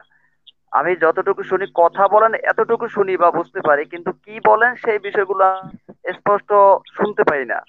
যেহেতু শুনতে পাই না, আমি মূলত আমার যেই প্রশ্নগুলো করা দরকার বা আমরা আসলে যেগুলো জানতে চাই বা দর্শকরা আসলে যে কথাগুলো উত্তর জানতে চায়, আমি সেই কথাগুলি বা সেই প্রশ্নগুলো আপনাদের কাছে রাখছি। আমি শুনতে পাই না ঠিক আছে, কিন্তু আমাদের দর্শক যারা রয়েছেন তারা কিন্তু আপনাদের কথাগুলো স্পষ্ট শুনতে পায়। এই জন্য আমি চাইছি যে আমরা যাতে খুব সহজেই অনুষ্ঠানটিকে শেষ করতে পারি। যারা রয়েছেন আমাদের অতিথি আছেন, তাদেরকে আমরা সবাইকে যুক্ত করতে পারি নাই। এখানে সম্ভবত 5 জন যুক্ত হয়েছেন, আরো 2 জন বাকি রয়েছেন। তো আমি এখন সেজন্য চাইছি যে আসলে আপনারা অনেকেই একটু সময় নিয়ে কথা বলেন, অনেকে একটু কম বলেন। এটি একমাত্র কারণ হলো আমি ভালোভাবে শুনতে পাই না এবং আমি ভালোভাবে বিষয়টিকে শেষ করতে পারছি না নেটওয়ার্ক প্রবলেমের কারণে। আপনাকে ধন্যবাদ মাহফুজা আপা। আমরা এখন বরগুনা জেলা বিএনপির যুগ্ম সাধারণ সম্পাদক ও কেন্দ্রীয় মহিলা দলের সদস্য জনাবা রিমা জামান আপার কাছে যেতে চাই। রিমা জামান, আপনি নিশ্চয়ই ভালো আছেন? জি আলহামদুলিল্লাহ, আসসালামু আলাইকুম। তো রয়েছেন অনেকক্ষণ ধরে, কোনো কথাও বলেননি, এজন্য আপনাকে অসংখ্য ধন্যবাদ। এবং আমাদের ওই যে উপজেলা মহিলা ভাইস চেয়ারম্যান মোসাম্মদ মাহফুজা খাতুন আফা যে বক্তব্য দিয়েছেন আপনি শুনেছেন, সেই বক্তব্যের জি আলোকে আমি আপনি শুনেছি। যদি কিছু বলতেন। হ্যাঁ, অবশ্যই বলবো। ধন্যবাদ আজকে সকল আমন্ত্রিত অতিথিবৃন্দকে, এবং আজকে আমাকে এখানে আমন্ত্রণ জানানোর জন্য চ্যানেল 24 কে ধন্যবাদ। সকল নেতৃবৃন্দকে ধন্যবাদ। বাংলাদেশ জাতীয়তাবাদী দল বরগুনা জেলা শাখার পক্ষ থেকে সবাইকে আন্তরিক শুভেচ্ছা, অভিনন্দন। আসলে আমি অনেকক্ষণ ধরে অনেক কথা শুনেছি, বক্তব্য দেওয়ার ভাষা আমি হারিয়ে ফেলেছি। কারণ কথা বলবো যুক্তিসঙ্গত কথা, যে কথা মানুষ শুনলে ভালো লাগবে, এবং ভালো লাগার মতোই কিছু কথা বলবো। আমাদের দেশ এখন কোন দিকে যাচ্ছে এগিয়ে, সারা বাংলাদেশ কেন সারা বিশ্ব জানে যে এখন বাংলাদেশের কি অবস্থা। এটা বলার কোনো ভাষা নেই। ক্ষেত্রে আমাদের এখানে বাংলাদেশে কোনো আইনের শাসন প্রতিষ্ঠা নেই, বাংলাদেশে কোনো গণতন্ত্র নেই, বাংলাদেশে কোনো সুষ্ঠু নির্বাচন নেই, বাংলাদেশের মানুষ তাদের নিজের ভোট প্রয়োগ করতে পারছে না। আমার ভোট আমি নিজে দিতে পারছি না। আমি এই যাবৎ কাল আমি আমার নিজের ভোট আমি নিজে দিতে পারি নাই, যতদিন এই সরকার ক্ষমতায় আছে। তো সেক্ষেত্রে এখানে কি বলার আছে বলেন? এই যে আমরা চাই নতুন নেতৃত্ব আসুক, আমরা বিএনপি করি ঠিক আছে, কিন্তু আমরা চাই না ক্ষমতায় যেতে।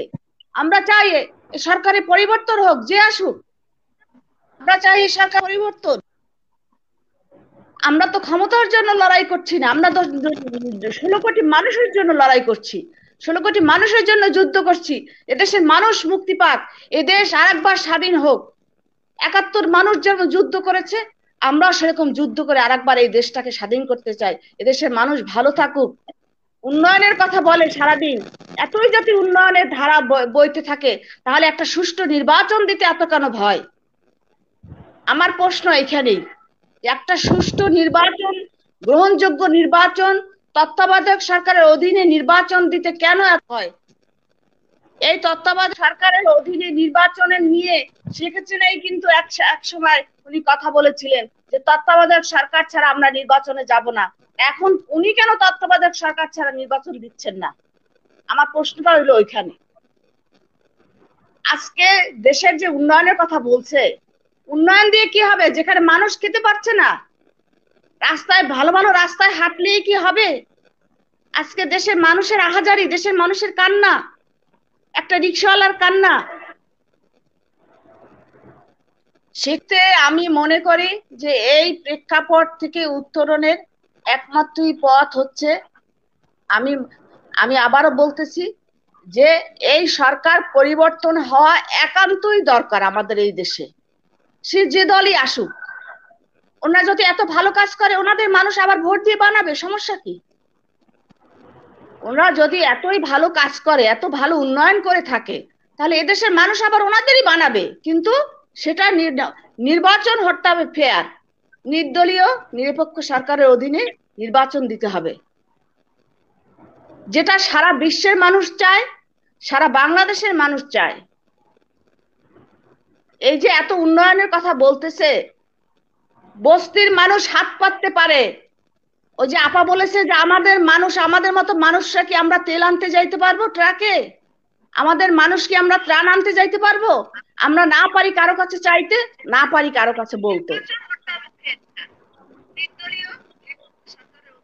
কিন্তু এটা কিন্তু আমাদের সবাইকে বুঝতে হবে, এটা এখানে কোনো আবেগের কথা না, এটা বাস্তব কথা, এটা সারা বাংলাদেশের মানুষের কথা, এটা আমাদের একার কথা না।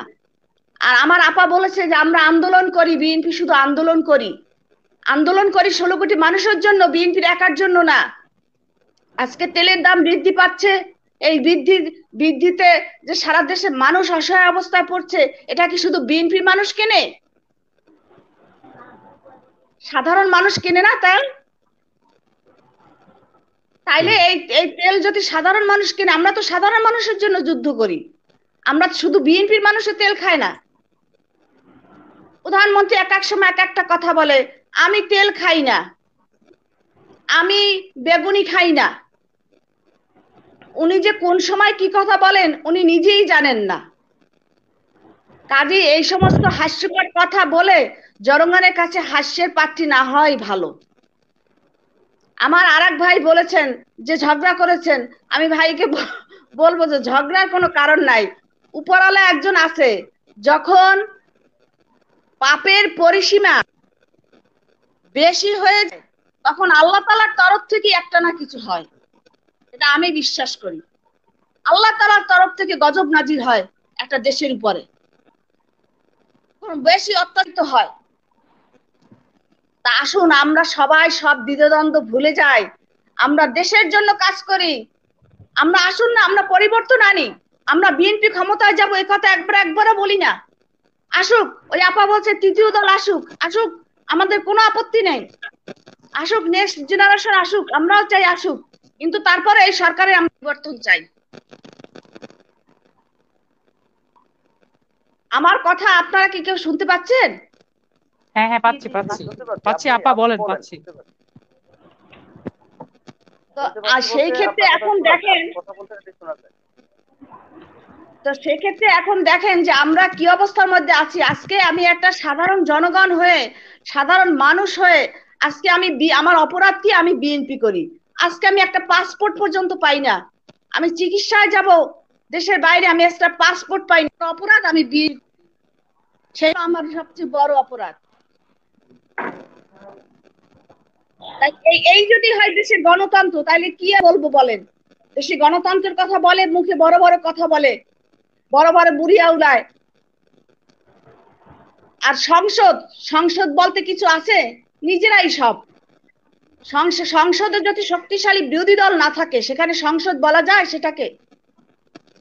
এটা সংসদ নামের একটা কলঙ্ক আমি মনে করি।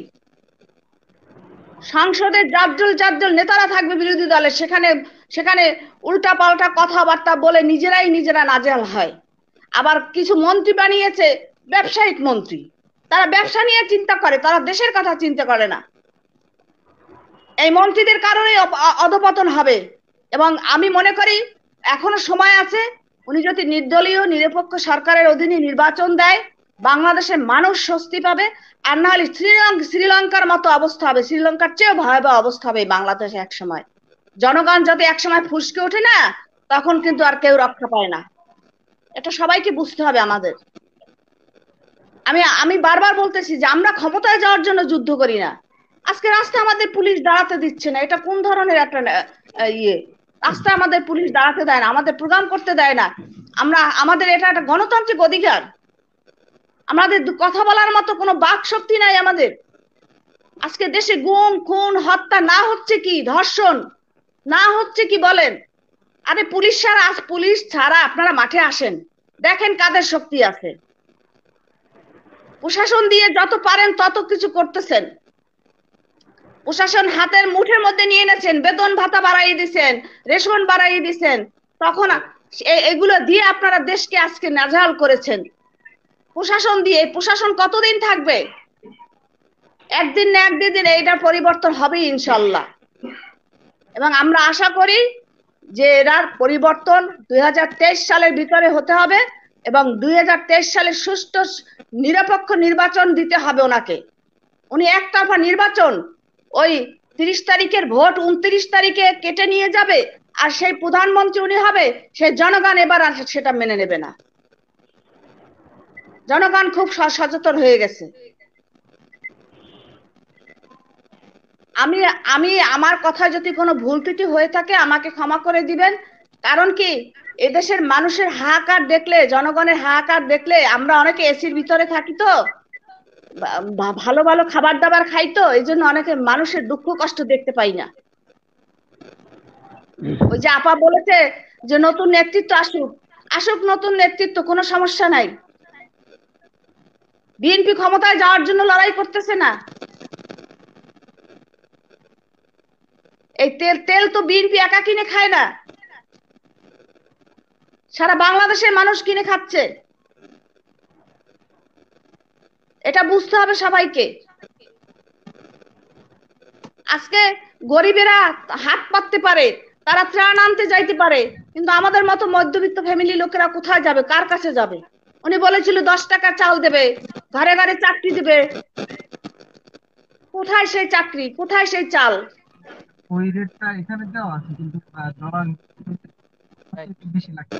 তো আজকে এখানে কথা বলার জন্য, আমাকে সুযোগ করার জন্য সবাইকে ধন্যবাদ। সবাই ভালো থাকবেন, সুস্থ থাকবেন। আমার একটু কালকে মিটিং আছে, এজন্য আমাকে বিদায় নিতে হচ্ছে। হয়তোবা আপনাদের সাথে আবার কোনো এক সময় দেখা হবে, কথা হবে। সবাই সুস্থ থাকবেন, ভালো থাকবেন, দোয়া করবেন। জি ধন্যবাদ রিমা জামান আপা, আপনাকে ধন্যবাদ।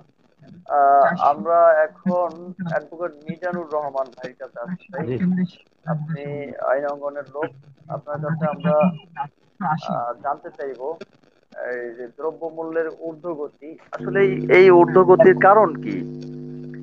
এটি যদি আপনি আপনার জায়গা থেকে বলতেন যে আসলে, যেহেতু আপনি কোনো দলীয় নেতৃবৃন্দ নন বা দলীয় কোনো নেতা নন, দলীয় কোনো কর্মী নন, সেক্ষেত্রে আপনার কাছে আমরা জানতে চাইবো যে আসলে দ্রব্যমূল্য ঊর্ধ্বগতির কারণ কি, এবং আহ এগুলো আসলেই এই ঊর্ধ্বগতিটাকে কমিয়ে একটি লেভেলে আনা যায় কিনা, এবং এই আনার জন্য আসলেই কাজ করবে কারা, এবং তারা আসলে কাজগুলো করে কিনা আদৌ, বা করা উচিত কিনা, যদি আপনি বলতেন খুব সংক্ষেপে।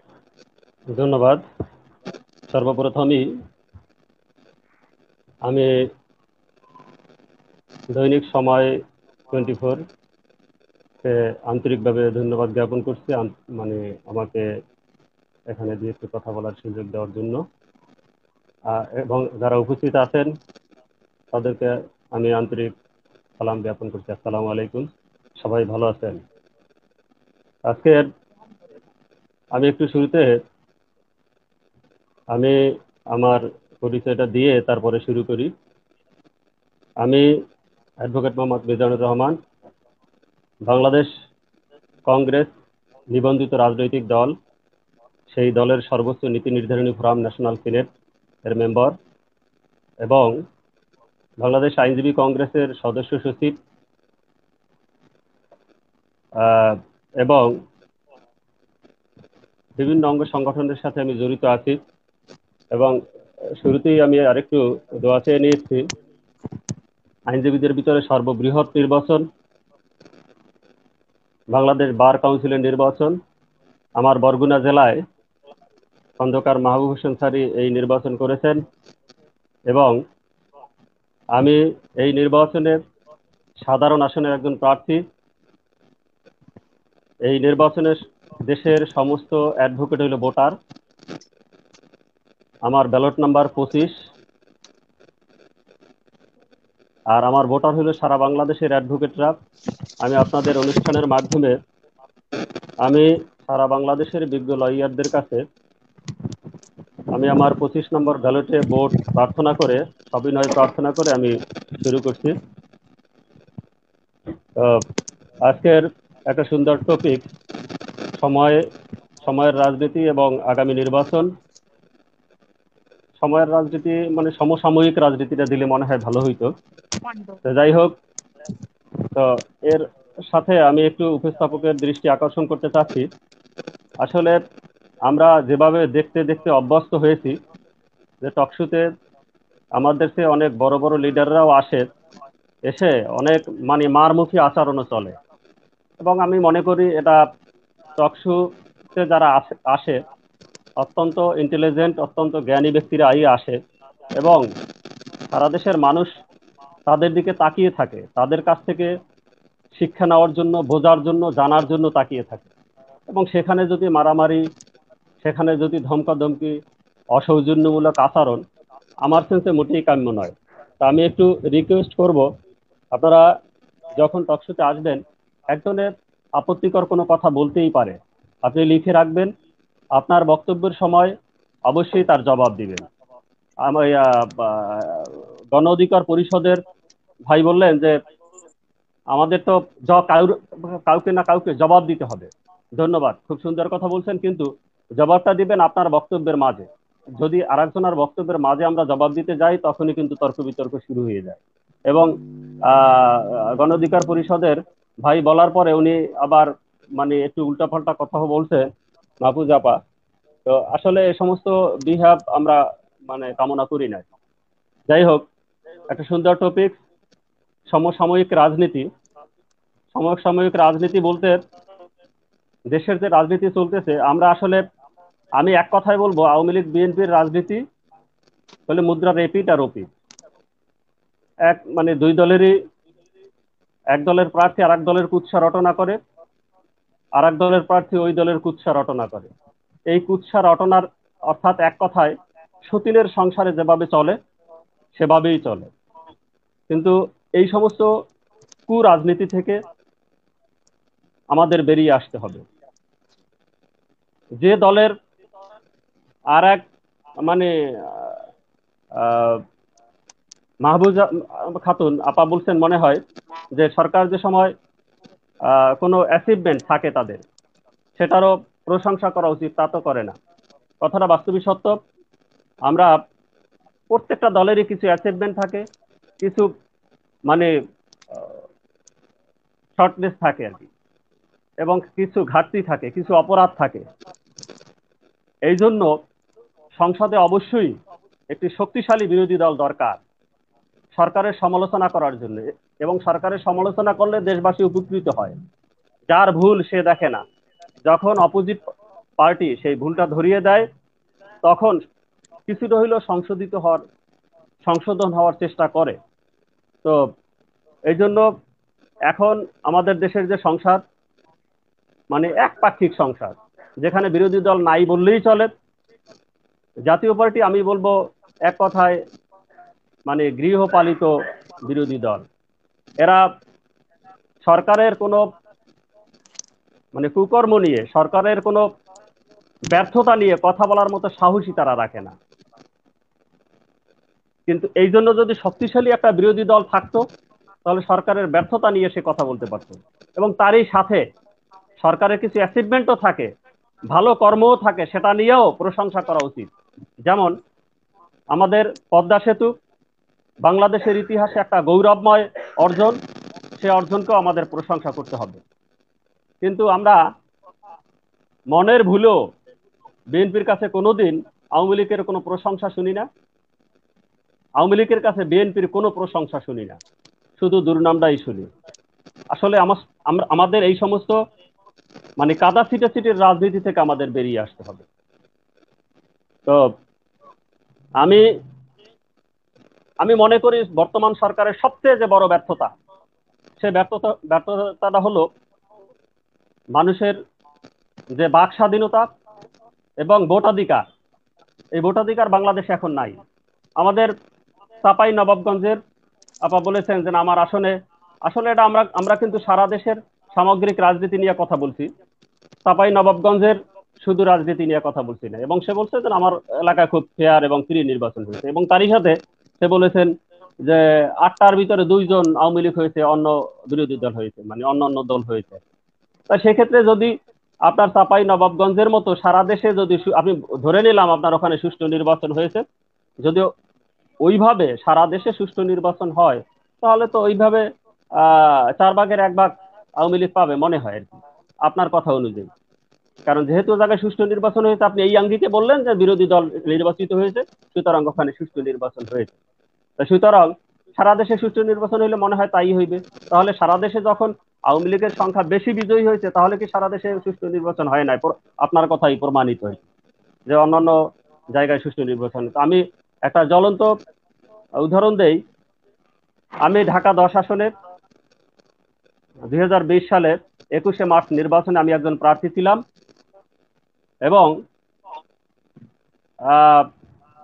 যখন প্রতীক বরাদ্দ হইল, প্রধান নির্বাচন কমিশনার সহ সমস্ত কমিশনাররা ছিল, এবং আমি আমার প্রতীক বরাদ্দের বক্তব্যে বিশেষ কয়েকটা প্রস্তাব উপস্থাপন করলাম। যে কিছুদিন পূর্বে আমরা ঢাকা দক্ষিণ সিটি কর্পোরেশনের নির্বাচন দেখেছি, এবং সেখানে হাইকোর্টের নির্দেশ অমান্য করে পলিথিন মোড়ানো পোস্টার সারা ঢাকার শহর টানাইছে, এবং পোস্টার এমনভাবে টানিয়েছে আকাশ দেখা যায় না। সেই পলিথিন মোড়ানো পোস্টার মাটিতে পড়ে, ড্রেন বন্ধ হয়ে গেছে, এ ধরনের রেকর্ড আছে। মাইকের শব্দে মানুষ ঘুম থেকে লাফ দিয়ে ওঠে। এহেন পরিস্থিতি থেকে আমাদের বেরিয়ে আসা দরকার। তো আমি সেই বেরিয়ে আসার জন্য আমি বেশ কয়েকটা প্রস্তাব উপস্থাপন করলাম। তো প্রধান নির্বাচন কমিশনার আমার প্রস্তাবে খুব সাধুবাদ জানানোর পরে বলল যে প্রস্তাবনাগুলো খুব সুন্দর, এই প্রস্তাবনাগুলি গ্রহণ করা যায়, কিন্তু আপনারা জাতীয় নির্বাচন করতে আসছেন, আপনারা তো প্রচার করতে পারেন, সেখানে আমি বাধা দিব কিভাবে? তবে আমি পারি যদি আপনারা সবাই এগ্রি থাকেন। সাথে সাথে সবাই বলল হ্যাঁ আমরা এই প্রস্তাবে এগ্রি। এরপরে প্রধান নির্বাচন কমিশনার বলল যে আপনারা জাতীয় নির্বাচন করতে আসছেন, আপনাদের মুখের কথাই তো যথেষ্ট, তারপরও একটু যদি লিখিত দিতেন। সবাই মাথা কাজ করলো যে আচ্ছা ঠিক আছে লিখিত নেন, সাথে সাথে লিখিত নিল। এখন কিন্তু সেটা আইন। আপনারা দেখেছেন বাংলাদেশের ইতিহাসে সর্বপ্রথম ঢাকা 10 আসনের একটা পোস্টার বাইরে ওইভাবে টানাইতে পারে না। নির্বাচন কমিশনের 28 লক্ষ টাকা দিয়ে আমরা 6 জন ক্যান্ডিডেট ছিলাম, 6 জন ক্যান্ডিডেটের জন্য পাশাপাশি 6টা বোর্ড করছেন, 21টা জায়গায় লাগিয়েছেন, এবং যার যার বোর্ডে সে শুধু পোস্টার লাগাইতে পারবে। একটা বোর্ডে 28টা পোস্টার লাগানো যাইতো, যার যার বোর্ডে সে পোস্টার লাগাইবে, এবং মাইক ব্যবহার করা নিষিদ্ধ ছিল, শুধু হ্যান্ড মাইক ব্যবহার করা যাইতো। তো সেক্ষেত্রে খুব সুশৃঙ্খল ভাবেই নির্বাচন হইল। আমি একটা টকশোতে গেলাম, তখন জিজ্ঞেস করলো যে আপনি কোনো বাধার সম্মুখীন হয়েছেন কিনা। আমি বলছি না, এখন পর্যন্ত কোনো বাধার সম্মুখীন হই নাই। তো অত্যন্ত পরিতাপের বিষয়, যেদিন নির্বাচন হইল আপনারা দেখেছেন, নির্বাচনের দিন নিরীহ কোনো ক্যান্ডিডেট মানে ভোটার ভোট কেন্দ্রের আশেপাশে ঢুকতেই দেওয়া হয় নাই। শুধুমাত্র আপনারা ভোটের পরিমাণ দেখেই বুঝতে পারবেন যে কেমন নির্বাচন হয়েছে। শুধুমাত্র এজেন্ট যারা ছিল এবং তাদের বাড়ির দুই একজন ধরে নিয়ে আসছে, বাহিরের কোনো ভোটারদের ভোট কেন্দ্রে সঠিকভাবে ঢুকতে দেওয়া হয় নাই। টোটাল সার্বিক 5% ভোট কাস্ট হয়েছে। একটা নির্বাচনী আসনের যদি 5% ভোট কাস্ট হয়, তাহলে সেই নির্বাচন আমার সেন্স অনুযায়ী যে নির্বাচিত হয়েছে তার জামানত বাতিল। সেই ক্ষেত্রে নির্বাচনটা কিন্তু পুনঃতফসিল ঘোষণা করা উচিত, যেহেতু ভোটাররা আসেই নাই। কিন্তু পুনঃতফসিল দূরের কথা, সেটা করে নাই। যাই হোক, তারপরও আপনারা উন্নত বিশ্বে দেখবেন যে নির্বাচন হওয়ার পরে পরাজিত প্রার্থী বিজয়ী প্রার্থীকে অভিনন্দন জানায়, যে এই রেওয়াজ আমাদের বাংলাদেশে নাই। নির্বাচন সুষ্ঠু হোক আর নির্বাচন কারচুপির মাধ্যমে হোক, যে পরাজিত হবে সে বলবে স্থূল কারচুপি, সুস্থ কারচুপি এটা হয়েছে। কিন্তু আমি বাংলাদেশের মনে হয় ইতিহাসে প্রথমই মানে নির্বাচন শেষ হওয়ার পরে শফিউল ইসলাম ভাইকে আমি কিন্তু তাকে গিয়ে অভিনন্দন জানিয়েছি, শুভেচ্ছা জানিয়েছি। এতে আমার মনে হয় যে আমার মান সম্মান ক্ষুণ্ণ হয় নাই। তো যাই হোক, এভাবে সবারই এগিয়ে আসা উচিত। আমি যদি শফিউল ইসলাম ভাইকে অভিনন্দন না জানাইতাম, তাহলে কি তার এমপি তো থাকতো না, সে সংসদ সদস্য হইতো না, হইতো। কিন্তু যাই হোক, কিন্তু এই রেওয়াজটা কিন্তু বাংলাদেশে নাই। যেহেতু সে এমপি হয়েছে, আমি পরাজিত হয়েছি, মেনে নিতে পারবো না কেন? এই যে পরাজিত হইলে যে পরাজয়, 10 জন নির্বাচন করলে 10 জন কিন্তু বিজয়ী হবে না, বিজয়ী হবে একজন, আর 9 জন পরাজিত হইবে। সে পরাজয়কে মেনে নেওয়ার সংস্কৃতিও আমাদের ভিতরে থাকতে হবে, যেটা আমাদের ভিতরে নাই। অন্যের প্রশংসা করার সংস্কৃতি আমাদের ভিতরে থাকতে হবে, সেটা আমাদের ভিতরে নাই। এবং বিভিন্ন ভুলের সমালোচনা করার সংস্কৃতি আমাদের ভিতরে থাকতে হবে, এবং সেটা শালীন ভাষায়। কিন্তু সেই সমালোচনা আমরা এমন ভাবে করি যেটা মানে ভাষার ব্যতিক্রম ঘটিয়ে ফেলি। তো যাই হোক, এই রাজনীতির ভিতরে সমসাময়িক না, বাংলাদেশের জন্মলগ্ন থেকেই এই পর্যন্ত যারা এই রাষ্ট্র চালিয়েছেন, পরিপূর্ণভাবে কোনো ক্রমেই সম্ভব না। বিশেষ করে আমি যেটা মনে করি, দুর্নীতি এবং উন্নয়ন একসাথে চলতে পারে না। এই দেশের আওয়ামী লীগ সরকার দীর্ঘদিন ক্ষমতায় আছে, সে তো উন্নয়ন করবেই। ক্ষমতায় আছে আওয়ামী লীগ, উন্নয়ন করবে কি বিএনপি? উন্নয়ন করবে কি বাংলাদেশ কংগ্রেস? উন্নয়ন আওয়ামী লীগই করবে। এবং উন্নয়ন যে হয় নাই বললে ভুল হইবে। এই যে অনেকেই ঢালাও ভাবে বললো যে আদৌ কোনো কিছু হয় নাই, এটা আমার সেন্স অনুযায়ী ভুল। এই যে ফ্লাইওভার, পদ্মা সেতু, রোডঘাটের উন্নতি হয়েছে, এবং দুর্নীতি যে নির্মূল করতে সম্পূর্ণ পেরেছেন এটাও আমি বলবো না। তারই সাথে সাথে দুর্নীতিও চলেছেন। যেমন কোর্ট কাছারিতে মানুষের সর্বশেষ আশ্রয়স্থল হইল কোর্ট। আমরা কিছুদিন পূর্বেও আমরা দেশের সর্বোচ্চ কোর্ট বাংলাদেশ সুপ্রিম কোর্টের সেক্রেটারি নিয়ে একটা কাহিনী মনে হয় আপনাদের সকলেরই জানা। অনেক আগে নির্বাচন হয়েছে, কিন্তু বিজয়ী প্রার্থীদের ঘোষণা না করেই নির্বাচন কমিশন পদত্যাগ করেছে। এবং সেটা নিয়ে একটা সর্বোচ্চ আদালতে আমার চোখের সামনে যে সমস্ত ঘটনা দেখেছি, এগুলি বলতে লজ্জা হয়। অত্যন্ত ন্যাক্কারজনক ঘটনা, এবং সেই ন্যাক্কারজনক ভাবেই সেইটার সমাধান বলবো না, একপাক্ষিক ভাবে একটা সিদ্ধান্তে পৌঁছেছে, যেটা অন্তত দেশের সর্বোচ্চ আদালতে উচিত না। আমরা বিগত সিনহা সাহেবের, আমাদের প্রধান বিচারপতি, সাবেক প্রধান বিচারপতি সিনহার পিরিয়ডটা আমরা দেখেছি যে বিচার বিভাগে কতটা হস্তক্ষেপ। এই হস্তক্ষেপ আমার সেন্স অনুযায়ী মোটেই কাম্য না। কারণ দুর্নীতি নির্মূল বা দেশের যে কোনো অন্যায়ের প্রতি হুঁশিয়ারি উচ্চারণ দেবে দেশের আদালত, কোর্ট। এবং সেই কোর্টের উপরে যদি কেউ হস্তক্ষেপ করে, তাহলে অন্যায়ের উপরে চোখ রাঙাবে কে? এবং সেখানে যথেষ্ট হস্তক্ষেপ হয়েছে। ভাইয়া একটু বাংলাদেশের নির্বাচন করবেন, কারণ আমরা অনুষ্ঠানটি শেষ করতে চাচ্ছি, যেহেতু লং টাইম হয়ে গেছে। আর আমরা আপনাকে দিলেন তো শেষে একেবারে। সমস্যার কারণে যাই হোক, ভালোভাবে যেহেতু আশাবাদী অনেক করতেও সময় পারিনি, হয়েছে, সেজন্য আমরা সংক্ষিপ্তভাবে চাচ্ছিলাম শেষ করতে বলছেন, দ্রুতই আমি তাহলে আর বেশি সংক্ষেপে যদি শেষ দীর্ঘায়িত করব না। তো যাই হোক, সর্বশেষে মানে আরেকজন বিএনপি, আমাদের বরগুনার, আমার বাড়ি বরগুনা বেতাগীতে, বিএনপির নেত্রী বলেছেন মানুষের মুক্তির জন্য আমরা আন্দোলন করি। খুব সুন্দর, কথাটা খুব ভালো লেগেছে। কিন্তু বাস্তবিক যদি এভাবে মানে এই আন্দোলনটা জনগণের মুক্তির জন্যই হয়, আমি সাধুবাদ জানাই। এবং আপনারা যেহেতু শেষ করতে বলছেন, আমি সংক্ষিপ্তভাবে শেষ করে দিচ্ছি। তো আমাদের কাগজের সাথে, আমাদের কনস্টিটিউশনের সাথে আমাদের কথাবার্তা এবং কাজের মিল থাকতে হবে। আমরা বাংলাদেশ কংগ্রেস রাজনৈতিক দল, আমরা হিংসাত্মক কোনো কর্মসূচি আজও পর্যন্ত দেই নাই। গাড়ি ভাঙচুর, আগুন। আমাদের কর্মসূচি থাকে মানববন্ধন, কর্মসূচি থাকে গোলটেবিল বৈঠক, কর্মসূচি থাকে সংবাদ সম্মেলন। এবং সরকারের যদি শুভবুদ্ধি উদয় হয় এবং সেটা আমলে নিয়েই তাদের সংশোধিত হওয়া উচিত। এবং শেষ করতে বলছেন, এই জন্য আমি শেষ করছি। আপনাদের সকলকে, এখানে টকশোতে অংশগ্রহণ করেছেন সকলকে আমি আন্তরিক ধন্যবাদ এবং আপনাদের এত সুন্দর একটি আয়োজনের জন্য দৈনিক সময় 24-কে আমি আন্তরিক কৃতজ্ঞতা জ্ঞাপন করছি এবং সকলকে প্রতি আমি সালাম জ্ঞাপন করে আমার বক্তব্য শেষ করছি। আসসালামু আলাইকুম। জি ভাইয়া, আপনাকে ধন্যবাদ। আমরা আমাদের মাঝে এখন রয়েছেন তারেক ভাই। যদিও তারেক ভাই ক্যামেরা অফ আছে, আমরা দেখতে পাচ্ছি না তারেক ভাইকে। মিজানুর রহমান আপা রয়েছেন, রয়েছেন অ্যাডভোকেট মিজানুর রহমান ভাই, রয়েছেন উপজেলা পরিষদের মহিলা ভাইস চেয়ারম্যান মোসাম্মদ মাহফুজা খাতুন আপা। আমরা আপনাদের সবার কাছেই এই মুহূর্তে আমি চাচ্ছি যে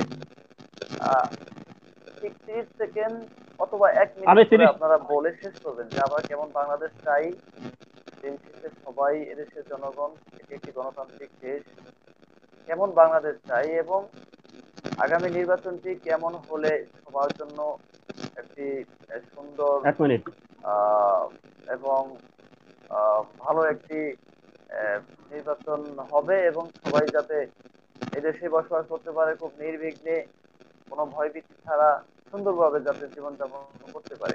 সেজন্য কেমন বাংলাদেশ চাই আমরা আগামী, যদি সবাই 1 মিনিটে একটু শেষ করতেন। আপনি বলেন, এক একজনের নাম বলেন। নাম বলেন। জি, একজন একজন করে বলতে পারেন। আমি একটু বলি তাহলে। আমি এক কথায় দুর্নীতি মুক্ত উন্নয়নমূলক একটি রাজনীতি মানে দেশ এবং গণতান্ত্রিক একটি বাংলাদেশ চাই। এবং তারই সাথে, যেহেতু 1 মিনিট সময় দিয়েছেন, 1 মিনিটের মধ্যে একটু বলি। আমি বার কাউন্সিলের সাধারণ আসনের একজন ক্যান্ডিডেট। বাংলাদেশের সকল বিজ্ঞ আইনজীবীদের কাছে আমি আমার ব্যালট নাম্বার 25-এ একটি একটি ভোট প্রার্থনা করছি। আপনারা বাংলাদেশ বার কাউন্সিলের মতো গুরুত্বপূর্ণ জায়গায় আইনজীবীদের জন্য অনেক গুরুত্বপূর্ণ কাজ রয়েছেন। যেমন মানে সিনিয়ররা যে আগে অনেক করে নাই সেটা বললে ভুল হবে, তারাও দেশের আইনজীবীদের জন্য অনেক করেছে। তারপর অনেক ঘাটতি রয়েছে, সেটা একটু সংক্ষেপে 2-1 লাইনে বলি। বাংলাদেশের আইনজীবীরা যে বেনেভোলেন্ট ফান্ডে টাকাটা রাখে, সেই টাকাটা তাদের জীবদ্দশায় উঠাতে পারে না। এটা একটা গুরুত্বপূর্ণ পয়েন্ট। জীবদ্দশায় উঠানোর জন্য আমরা পদক্ষেপ নিব নির্বাচিত হলে। এবং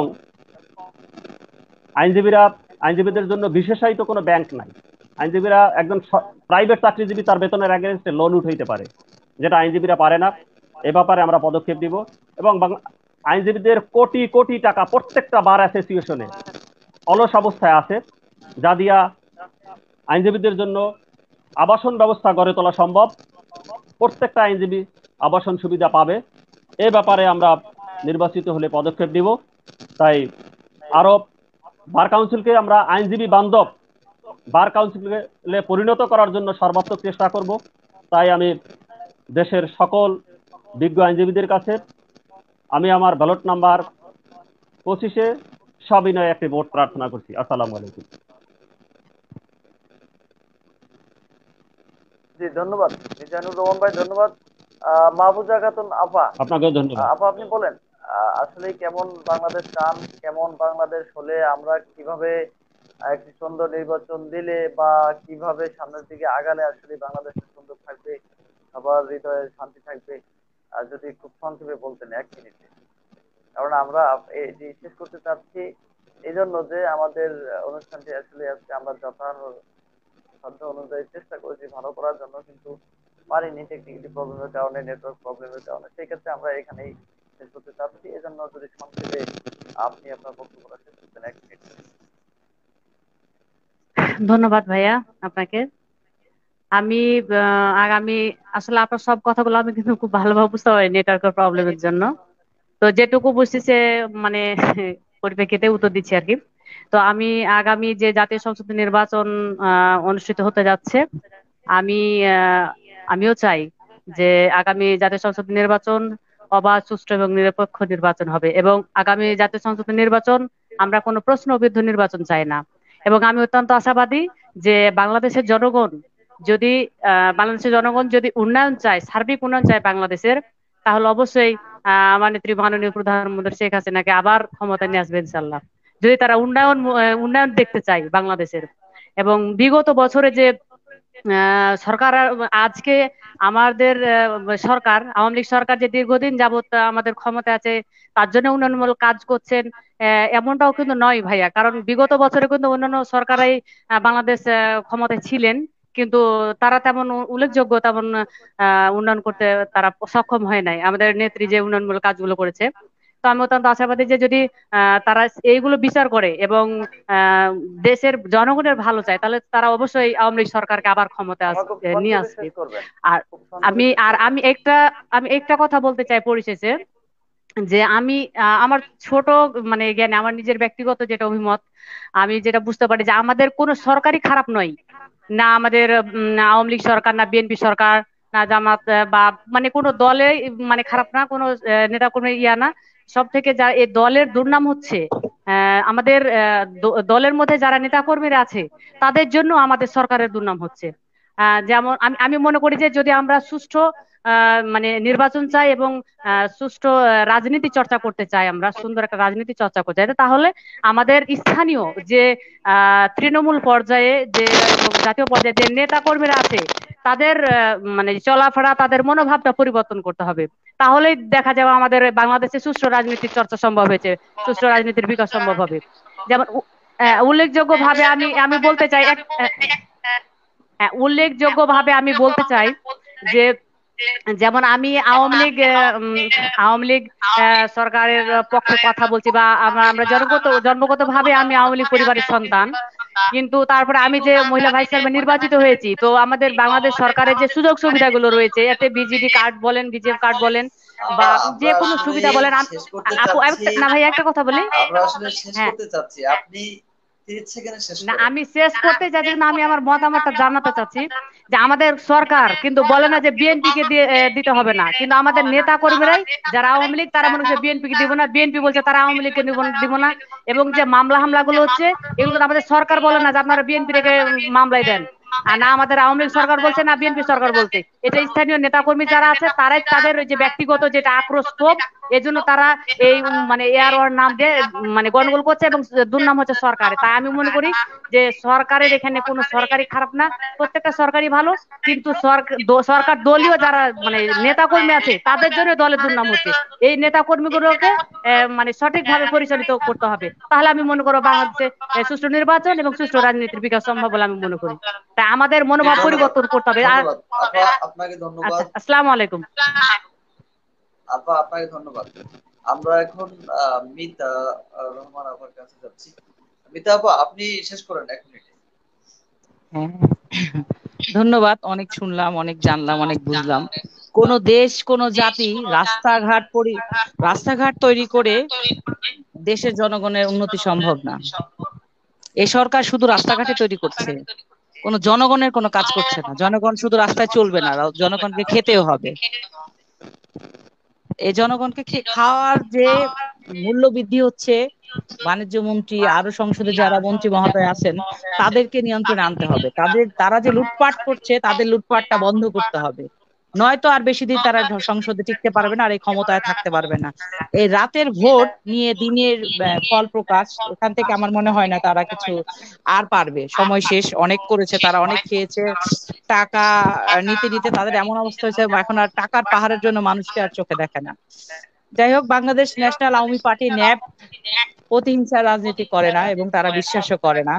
মেধাবী নেতৃত্ব প্রয়োজন আমাদের এখন। আমাদের এই পরিবারতন্ত্র থেকে, এই দুই দল থেকে বের হয়ে এসে নতুন দল, নতুন নেতৃত্ব, মেধাবী নেতৃত্বের প্রয়োজন এবং সুষ্ঠু নিরপেক্ষ নির্বাচন ব্যবস্থা করতে হবে, যেটা সবচেয়ে বড় বিষয়।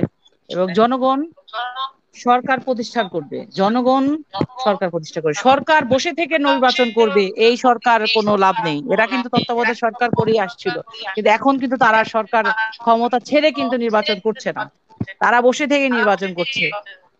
কালে কালে বহুদিন গেল, এখন তারা ক্ষমতা ছেড়ে দেখ, দেশ ও জনগণের কথা চিন্তা করুক, ছেড়ে দিয়ে নতুন নেতৃত্ব তৈরি করুক এবং তারা বের হয়ে আসুক, তারা নিজ থেকে বের আসুক। শ্রীলঙ্কা কিন্তু দেখে আমাদের দেখাচ্ছে, পৃথিবীতে অনেক আমরা এক্সাম্পল দেখি, যখন তেলের উদাহরণ দেয়, বলে বাইরের দেশগুলোতে তেলের দাম কম, আমাদের থেকে কম, আপা শেষ সবকিছু উদাহরণ করবেন, দেয় এখন। শেষ হ্যাঁ করবেন, হ্যাঁ, আপা এখন শেষ করবেন। শ্রীলঙ্কাকে দেখে যদি আমাদের দেশের সরকার যদি কিছু শিখে, তবেই আমাদের আমাদের মনে হয় জনগণের কিছুটা হলে উপকার আসবে।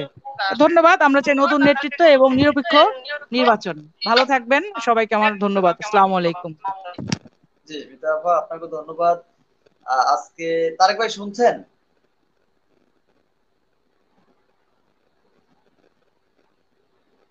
তারেক ভাই আমাদেরকে শুনছেন?